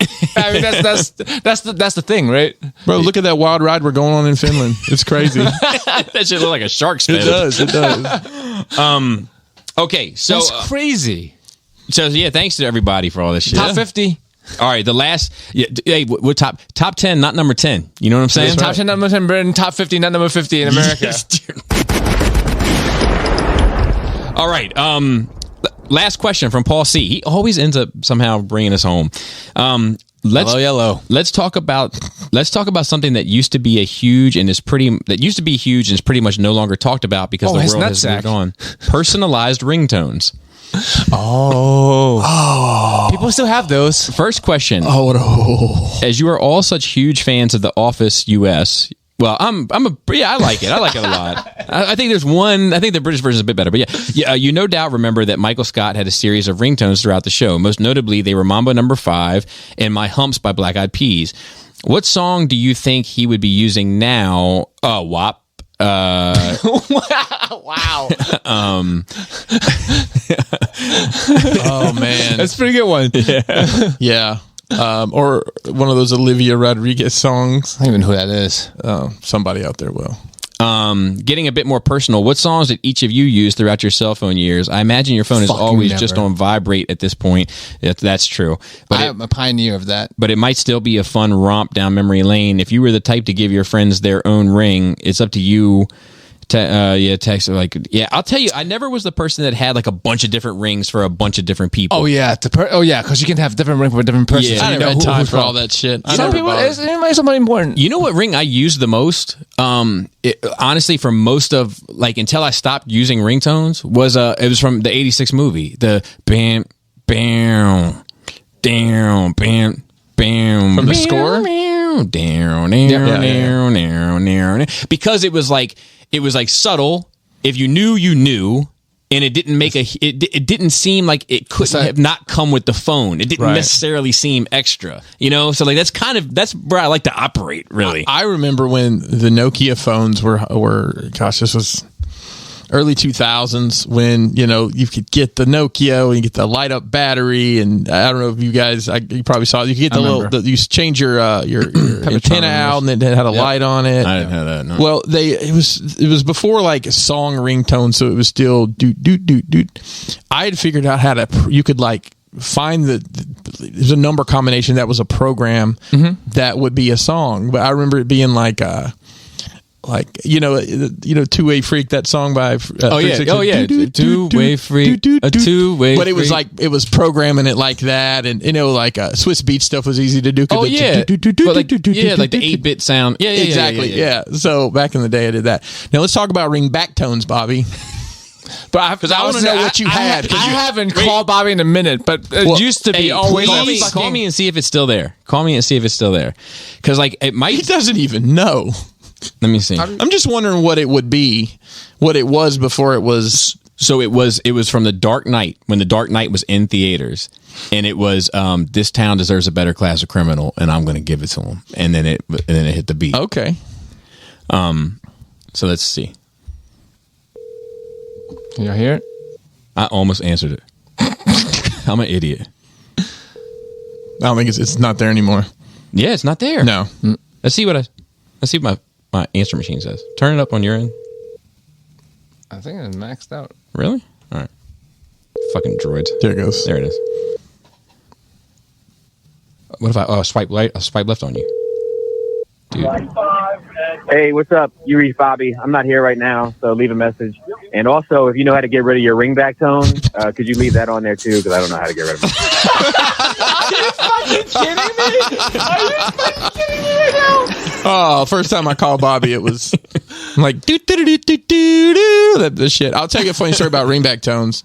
Back when I was in the film industry, I was doing some interviews, and I called this young lady for an interview. The phone, please hold while your party is connected, or whatever it says, and it's shoulda got them apple bottom jeans. I'm like, oh, this is gonna be a fun interview. The girl comes in, attractive young lady, sits down. I'm like, so tell me what's your job situation? I'm not working right now. Like, oh, just like all like timid. You don't match your ringback. You don't match your ringback. I might have said that. You don't match your ringback tone at all. What's your, what's your 3 favorite movies? Well, I don't really watch movies. Then what the fuck? You're out. You're out. Dude, I hate, so I'll tell you this and then we'll get out of here. Real quick, to people that made DMH orders, a lot of them have gone out. More just came in today. I'm going to get them bagged up tonight and they'll go out tomorrow. Is that why you made the shipping problem video? Because... No. I've been meaning to. Cover your ass. Cover the CYA. Little insurance. Real quick, if you had a crash box order, we had our in-stock sale. Actually ends today. Thank you, everybody who ordered. It doesn't help them. It doesn't. I guess it helps if you're on Patreon and you hear it. Well, either way, thank you. Exclusively for Patreon members. I'm like, dude, I would love to get this blanket to you, but the sea containers. It's like I live in Ohio. Yeah, bro. It's a long way around. It's a long way around. The sea containers. I hang up the phone. What about that? Bobby, did you use any A or B containers? Yeah, I like it. What was I going to say? I was going to say something else. It was about the story. Before we get out of here, you said. Yeah, I was saying before we get out of here, I was going to tell us a quick story. Hold on a second. Let me check on it. I thought it was just the shipping. So I remember I jogged my memory from this. So here it is. Real quick story. The worst answer that I can receive from a person when I ask the question, what music do you listen to, is I don't really listen to music. Like, you might as well jump out the fucking window. Like, I'm almost completely... I'd rather you say I only listen to Weird Al Yankovic than say I don't listen to music. Yeah, the chainsaw music. Listen to me. Yeah, anime music. I only listen to Bloodhound Gang and Weird Al Yankovic. Perfect. It's not my job. I'd rather take that than you say I don't. What's wrong with the Bloodhound? I know, right? I like Bloodhound Gang. Doesn't matter. But I'd rather you say that than I don't listen to music. You instantly become very less interesting to me. Some people don't listen to music nowadays. There's a guy I know that's a friend, a community friend, and he told me I don't really listen to music, and I was like, I don't know how I feel about you. Well, listen. What if someone doesn't listen to podcasts? What podcast you listen to? And they're like, I don't really listen to podcasts. I'm good with that. I was going to say we do collectively put out 750 hours of content a week, and then you're going to say, when would you listen to music if you're keeping up with our asses? Exactly. If I got time, you got time. That's true. So anyway, that's true. So I say all that to say this.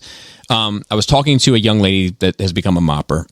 And whenever I meet new people in the mopping industry, I always say, if you were stranded on a deserted island and you could take the catalog of any 3 artists and any 3 films, what would you take? And I feel like I can learn a lot about a person from the answers they give with that question. And I think it's usually 5. It doesn't matter. Because she answered that she doesn't watch movies or listen to music. It's crazy though. It's a generational thing. It probably. So the is way the that she younger tried person. to answer If it, you watch YouTube all the time, you're not watching movies. Yeah. there's a way that people try to answer this question. It's a formula. You can set your clock to it. I'm always outside, like hiking or enjoying outside activities. And it always comes across as a very like, I'm active, so I don't have time to do these things, right? So I'm used to it because I've asked this question a million times. I've gotten this response a million times.